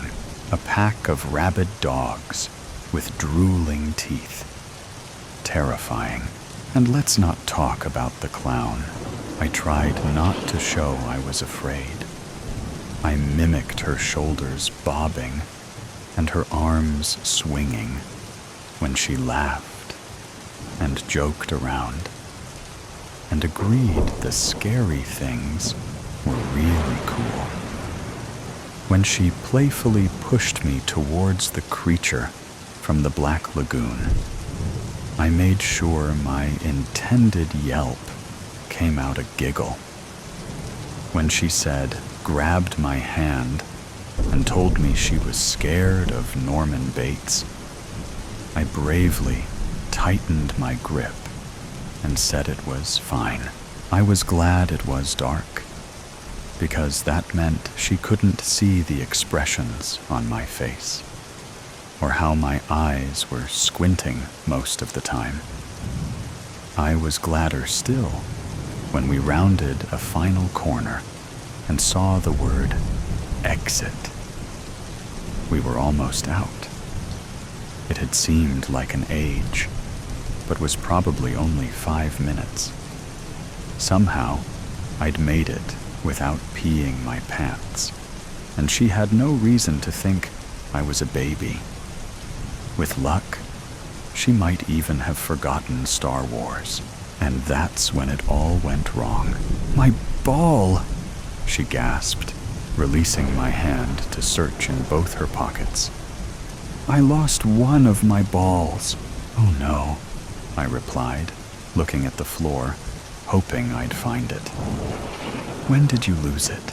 "I don't know," Bernice snapped, knocking me against the rickety wall as she pushed past. "That's a stupid question. If I knew that it wouldn't be lost, I'm going to find it." She didn't wait for me to answer. Didn't wait at all. Just ran back into the corridor we'd come out of and disappeared. "Bernice!" I shouted, and my face tingled when I said her name aloud. "Wait!" She didn't. I stared at the corner she'd turned, hoping to hear her call back, listening for a trace of her, even her footsteps. But the wails from the speakers seemed to be getting louder and louder, seemed to be laughing at me now. I turned the other way and looked at the exit ahead. Green letters glowing in the darkness, which seemed even darker now I was alone. For a second, I thought about running, getting out of there and waiting outside. For a second, maybe 2. But deep down, I knew I couldn't do that. I didn't want her to think I was a wimp. Being brave was somehow important now, but it wasn't the only reason I decided to follow her. I wanted to make sure she was okay. Dad would have been angry if I didn't, if I'd left her alone and something happened. I'd heard him say to Mom how he hated himself for not visiting Gran more often, for not making sure she was okay. Bernice wasn't my friend, but she could be, and friends wouldn't leave each other alone. Not in a place like this, even if the threat was all fake, especially because the threat was all fake. So back around the corner I went, straight into the arms of the skinned alive man who reached for me from an alcove in the wall. I didn't make eye contact with his lifeless wax eyes because he looked bloody and hideous, and I hated him.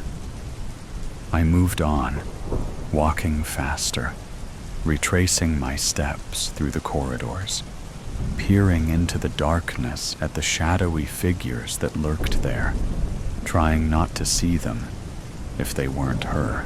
My heart pounded faster. My feet moved quicker. The screams, laughs, seemed to grow louder the further I went. I started to imagine that some of those screams might be hers, that some creature made of wax had somehow grabbed her. And then I was running, starting to panic, taking a corner too fast, yelping when I ran into monsters. "Watch it!" One of them, with stringy hair, shouted, putting an arm out to stop me. "You shouldn't be here, you little dweeb. Where's your mother?" It didn't take me long to realize they were just a couple of teenagers, a boy and a girl, both with long hair, holding hands. Still, I ducked under the outstretched arm and ran past them. I don't know why. I should have asked for help, or even asked if they'd seen her, but they were teenagers. They wouldn't have cared. Coming around the next corner, I saw two things that stopped me in my tracks. The first was the naked old man in the bathtub, with his black eyes and bath cap, stubbly beard, and thin, bony arm in the air, holding a long-handled scrubber. This one wasn't a monster, not any I'd ever heard of, but somehow he scared me the most. I hadn't been able to look at him the first time around, had kept my eyes glued to the floor while Bernice giggled and peered into the bath. This time, I had to look, because the second thing I noticed was the tennis ball he was holding in his outstretched hand. "Bernice!" I hissed, gulping as I stepped towards the bathtub. "Are you there?" Screams, screeches, shrieks, and squawks from above. I moved closer, keeping my eyes on the tennis ball and not on the face of the man. He wasn't real. I knew that. He was made of wax. He couldn't hurt me. He couldn't do anything. He couldn't move. So why was the ball in his hand? And why was Bernice in the bath? It took me a second to understand what I was seeing. Bernice, lying face down on the smooth surface of wax that was meant to be water, from which the old man was rising up, her short auburn hair fanned out around her head, skirt hitched up around her knees. "Bernice," I whispered again, doing everything I could not to cry. "Are you okay?" My legs bumped against the rim of the ceramic bathtub. I lifted one arm to reach out. My eyes flicked to the face of the waxwork, which was far too close, its horrible blank gaze boring into me. The red bulb above the bathtub flickered. My fingers touched the top of Bernice's head. Something, arms, grabbed me from behind. And something, voices, screamed in my ears on both sides. I screamed, staggered back, stumbled, and fell to the floor.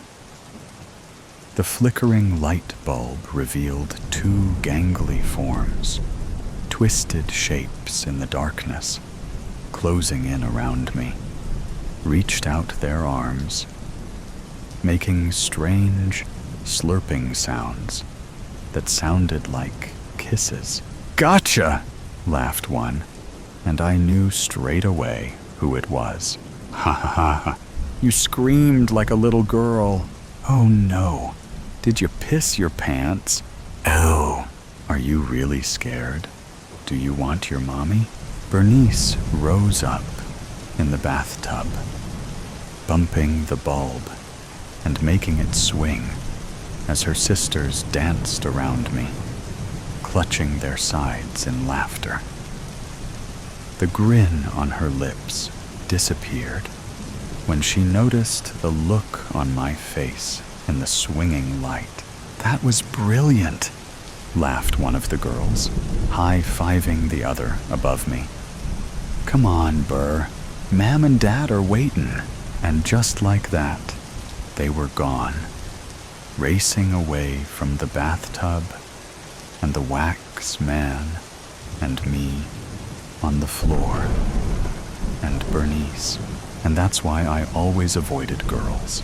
I pushed myself up while Bernice climbed out of the tub and took back her ball. She had her back to me, and I had my eyes on the floor. she started to walk away, and I thought, good, go. Leave me alone with your stupid straw hair and ugly freckles. But then she stopped in her tracks and looked back. Sorry, she said, and I looked into a pair of darting eyes. It was my sister's idea. Kind of stupid, kind of. I thought it would be funny. A good prank. But it wasn't. She came closer. It was nice you came after me. I wasn't sure you would. I blushed, looked at my feet. I just wanted her to go. The screams from the speakers were better company. The lifeless creations populating the labyrinth were less likely to hurt me than, "Are you coming?" She lifted her arm and held out her hand, and I blushed even more and looked up. We came in together. You're not gonna let me walk out on my own, are ya? One of the monsters might get me. She smiled. A small smile, apologetic. She was being friendly for real, and I liked it. I mirrored her smile and felt a flutter in my chest, something strange that made a lump catch in my throat. I had to swallow hard to get rid of it. At least you have those tennis balls to throw, if it does. Yeah, they make great weapons. Not as good as lightsabers, but here. She handed the one she was holding to me and took the other one out of her pocket. I thought of Luke and Vader on the ground back at the restaurant and wondered if they'd still be there when I got back. Mom and Dad definitely wouldn't have seen them. Any other time, the fear of losing them would have stabbed arrows of dread into my heart and had me racing back in a panic. But I didn't seem too bothered by it now. When Bernice offered her hand again, I took it. And then we were walking back the way we'd come, through the monsters and the noise towards the exit. The wailing house of horrors, with its hallways full of scares, closed in around us. But as we walked hand in hand through the corridors, past eerie figures, and through screams that now seemed to be quieter, I wasn't really afraid anymore. With Bernice by my side, it was like we were off on an adventure, like the Goonies in their subterranean caves. And even if our caves did house monsters, I realized they weren't so scary, and neither were girls. One book. Wonder. New York City, 1955. Lonnie White pulled up his collar at a Fifth Avenue bookstore window against the cold. Black patches from lack of sleep lay under his eyes. Snowflakes, each an unkindly tiny angel to his mind, descended in the night. But it wasn't the crystals scurrying down his back that gave him the shudders, nor was it the ice melting in the hollow of his back. It was the overwhelming thought the snow crystals gathered together purposely of one mind, a sentient being. This is not possible, he told himself, but it feels all the same, like crystals of death prescient in their condemnation. He laughed at the poetic twist, coming out of his throat like a choking hack, the absurdity of his mind. The existence of hell is ridiculous. Well-dressed Manhattanites strolled by. Ankle-length dresses, pillbox hats, fedoras, and double-breasted suits. Lights flashed, and horns blared from hulking post-war automobiles, as if crying out to him alone, as if they knew him, were accusing him. Lost in thought, he stared, unblinking, at the best-selling novel on display, Scarlet Streets. A photo of the author, Julia Christensen, was poised on the back cover, a beautiful blonde. Her soft brown eyes radiated an undeniable sexual allure. If a passerby were to listen, which they never did, they might hear Lonnie mumbling at the window as they skirted around him. "A bestseller," he would announce quietly, shaking his head ever so slowly. A bestseller. A young man. Lonnie was as plain could be. He wore jeans under a green military jacket, though he had never been in the service. Neither handsome nor ugly. He was a man no one noticed. And yet, he preferred it that way. A ghost to the world. Anyone who bothered to look closely could see he was deranged in his loneliness. But no one bothered to look at all, much less closely. His only unique quality was that he lived alone in a 30-room Washington Heights castle, north of Manhattan. The medieval structure was inherited when his parents died. The trust paid the taxes and bills, providing him a stipend to live on. He had no family, no need for a job, no need for friends.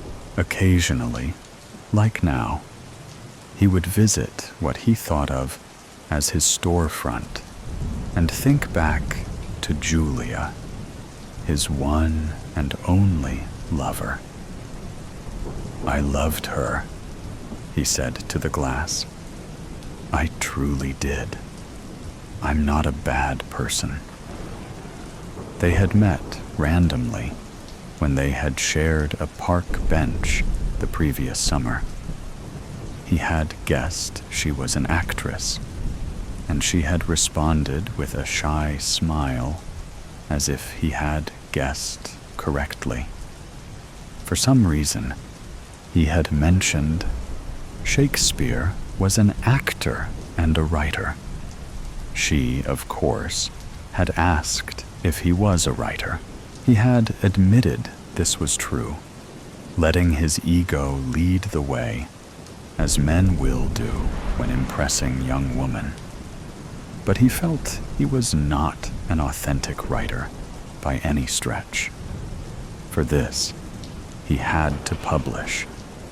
He simply tapped away on his Smith Corona clipper within his castle tower, his garret, overlooking the Hudson River. Sweating, smoking endless, unfiltered Chesterfields, he pursued his great American novel from a place where his dire imaginings could flow. Julia's eyes had glowed a special admiring look, and he let the inner warmth of another human being bath him. Much to his surprise, they struck a friendship which began with meeting for coffee in the village and eventually moved on to lovemaking in her apartment. One thing he knew for sure was to never bring her to his castle, for then she would know he had risen no higher in life than an unemployed trust fund recipient, and was not a successful writer. This was wrong of him, he knew. But what could he do? This beautiful woman gave him the kind of attention he had never had. Is there any actual harm in letting her think better of me than you really are? Is it so bad to go out and embellish your wardrobe with fine suits to be the man you want to be? What if this is your only and last chance to feel a love and sexual embrace you had known only others to have? And so the deception went on, until Julia, as any curious woman would, wanted to see what Lonnie had written. The book he had been tinkering away at did exist in a high stack of typed-out white paper, cross-outs, and scribbles. Nobody had ever read it. The book was just the tapping on typewriter keys to burn his time. But as proof he was a writer, he gathered up the stacks of pages, 300 or more, and took them to Julia. He lay them before her as an offering, and so, as the days went on, he would sprawl on her apartment couch while she read through his novel, page by page, hour by hour. "Don't stare at me while I'm reading, silly," Julia would say, never offering her opinion. Each day, he returned panic-stricken to his castle, for his greatest hope, his desperate passion, was that Julia would like the novel. One word from her could save or crush any last vestiges of self-esteem remaining in his lonely life. He paced and paced into the night in his cavernous dining room, biting his nails. My God, what will she think of my novel? He thought. What if she doesn't like it, but she did like it? And more than just liking it, she had a friend who she thought could publish the work with the oldest publisher in New York, a specialist in suspense and murder. To Lonnie, this seemed beyond comprehension, beyond any imaginings of success he could think of or even dream. Yes, yes, yes, he pleaded. Anything your friend can do, do. And so he released the pile of pages with Julia to take to her friend. In just 2 short weeks, Julia had word back from Bill. Could Lonnie meet her at her apartment? But it was only later, when she was across from Lonnie in a red leather booth, sipping her gin martini, fresh from their lovemaking, a pink glow glistening on her cheeks, that she said, "I have some news about your book." Lonnie was speechless. He stared, transfixed on her siren's face, her blonde hair cascading in Lonnie's imagination, just the hint of a rise and fall of her breasts under her white blouse. "The manuscript is accepted for publication," she said. This was beyond happiness for Lonnie to hear. The novel, and only from Julia's connections, would become a success. Life was truly grand. "But there is one thing," Julia said, her delicate nails holding a martini glass. Bill says the marketing of the book is crucial. He won't back it unless we have the right, how did he put it? Image. That's it. The right image. Julia laid out the requirements. The author needs to be a woman. Me, actually. You have to understand how important this is. Bill says books sell with sexy authors. And you, Lonnie, well, as much as I love you, do you want the book to be successful? It could make a lot of money.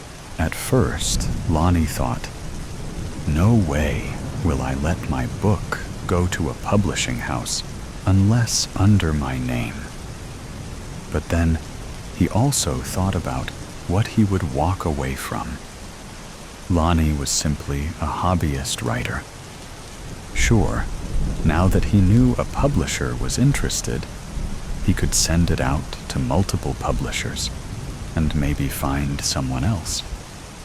But with Julia as the author, he had something else. He had Julia. He had the last and only pleasure he would ever find in a woman. A woman who would likely be offended if he didn't do things her way. A woman who he didn't want to risk losing. It was decided. Julia Christensen would be the author, Lonnie the ghostwriter. Do you think it would be a good idea to send it out to other publishers? Lonnie asked. Julia bristled, her eyes staring down. Maybe, if you don't trust me. This, of course, settled it. The book came to market, and at first went nowhere, but slowly gained traction as a sleeper with a growing readership. A tragic murder mystery with a twist. Heart-rending, the New York Post book summaries said. And so, in 6 months, the book climbed into the bestsellers and became, by all appearances, a blockbuster. At least it was successful from Lonnie's view. Reading the trades and watching Julia Christensen on the talk shows, the book is a hit. A tremendous hit, Julia said, after dragging her upper teeth against her lower lip. Lonnie stared, mesmerized. They were perched on Julia's new kitchen island. She had explained she needed a nicer apartment in case news people were to follow her home. Image, she explained, was everything. Lonnie fidgeted in his chair. It seems like we should get an advance or something. Julia flipped her right hand as if swiping a bothersome mosquito. All the money went to marketing, dear. Lonnie took in the marble kitchen island, the lavish oriental rugs, the view of Manhattan. Hesitating like she had remembered something, Julia said, "You'll see. The truth is, I wouldn't even have taken this apartment if Bill hadn't insisted. I've never met Bill. Soon, honey, soon. You'll like him." Within a few months, Lonnie was leaving messages for Julia, and she wasn't calling back. What could be wrong? True, it might offend her, but he decided to stop by. How else could he see her, set things right? He knew she was busy, but this was only fair. A man Lonnie had never met answered the apartment door. "My good man, you must be Lonnie," he said. Lonnie could smell greasy hair tonic. The man was lanky, tall, and Lonnie had never seen a human being whose eyes smiled. less. Julia? Lonnie! Wearing a white robe, loose enough for Lonnie to realize this was all she wore, Julia leaned through the doorway of the kitchen. I would have called you. Finally, you meet Bill. Bill? Introduce yourself. But Bill didn't have time, as Lonnie swept past him to Julia, who was poking cubes of raw steak and vegetables with a skewer, chopped potatoes, onions, a cucumber. Something rose up in Lonnie, an anger in his chest that grabbed his heart, prevented him from taking a breath as he choked down a venomous, dark taste. Julia could see the anguish in Lonnie's eyes, the naive awareness widening in a little boy's innocence. What? You think I'd tie up with a loser? A one-book wonder. You've got nothing, Lonnie. Not even your book. Now get lost. But we stole it, Lonnie. Your book, yes, but more than that, we stole your creative energy, your mind. It wasn't the words she said that ripped through Lonnie's mind. No. It was recognizing the flush on Julia's face that Lonnie so cherished that set him off, causing him to lose himself in an inner roar rising into the front of his brain. A blinding white, Lonnie grabbed the shish kebab skewer and held the back of Julia's head by grabbing her hair with his left hand. He plunged the steel point into Julia's right eye, then slowly thrust the length forward, his head slightly tilting in curiosity at the ease of the pointed steel scrunching through to the rear of her skull. She screamed and fell, with her hands gripping her face. Lonnie yanked out the skewer, and he was no longer slow or curious. He punched the steel again and again into her chest, blood splattering on her white robe. With each thrust, he felt the emptiness of his life, the never having the authentic love of even one woman. It was so ruthlessly unfair. He ignored Bill as he turned to leave. Bill, near catatonic, remained riveted on Julia's crumpled body. Within weeks, Lonnie picked up the New York Post. A sordid murder affair was splashed on the front page. Author Christensen, murder solved. Kennedy gets the chair. The story described a Mr. William Kennedy who pimped for this lady of the evening, Julia Christensen, until she hit it big with her book. The whore who wrote a bestseller, the article said. Just a pimp and his whore, it turned out. A common story on the streets of New York. Lonnie continued to live in his drafty Washington Heights monstrosity.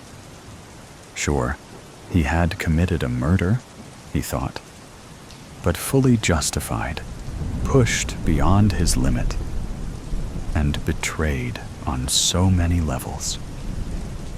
Who wouldn't? He often found himself on Fifth Avenue, at the window of his bookstore, as the winter diminished, spring ended, and summer began. In the window, scarlet streets taunted him. The book bragged to him how it was an even greater smash since the prostitute author was murdered. Lonnie paced his castle tower well into the night. He couldn't sleep. He couldn't eat. He now knew he had written a bestseller, but he couldn't claim it. He also had writer's block, but knew why. Julia had taken his creative mind and died with it, stolen it, as she had said. She had taken who he was somehow, his talent. But no worries. He knew how to get his creativity back. This only made sense. He grinned to himself. That's it? What greater power than talent? And I'll have plenty. The woman lying in front of Lonnie had published not one, but 4 novels. He had followed her down the dark streets of Brooklyn. And it wasn't difficult, with a little chloroform, to get her back to his castle. She was now tucked safely away within the basement crypt. His parents' bodies lay resting near her in the gray stones, their mouths aghast, eyes open. They lay in graves covered with a clear, glass-like resin. Tossing notepaper to the girl, he demanded she write. Later, he would take the notes to his garret tower and plink away on his Smith Corona. Plink, plink, plink. But this wasn't enough. Only by piercing his eyes into the depth of her creative mind, fusing his eyes with hers in an inexorable transformation, could the process work. He strapped her down on her back and lay prone against the top of her, her soft warmth compressed against him. He sensed her terror.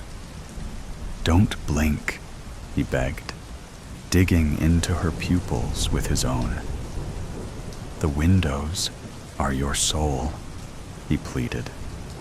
"I must meet you at exactly the right moment, the moment your eyes go dead." He tightened his hands ever so slowly on her throat, saving the moment, perfecting, staring. As the girl's eyes died, he could feel her talent moving to his own mind, exquisitely. The tiny angels of a sentient being joined him, the ice crystals, the snow. Once completed, he could feel his creativity soaring.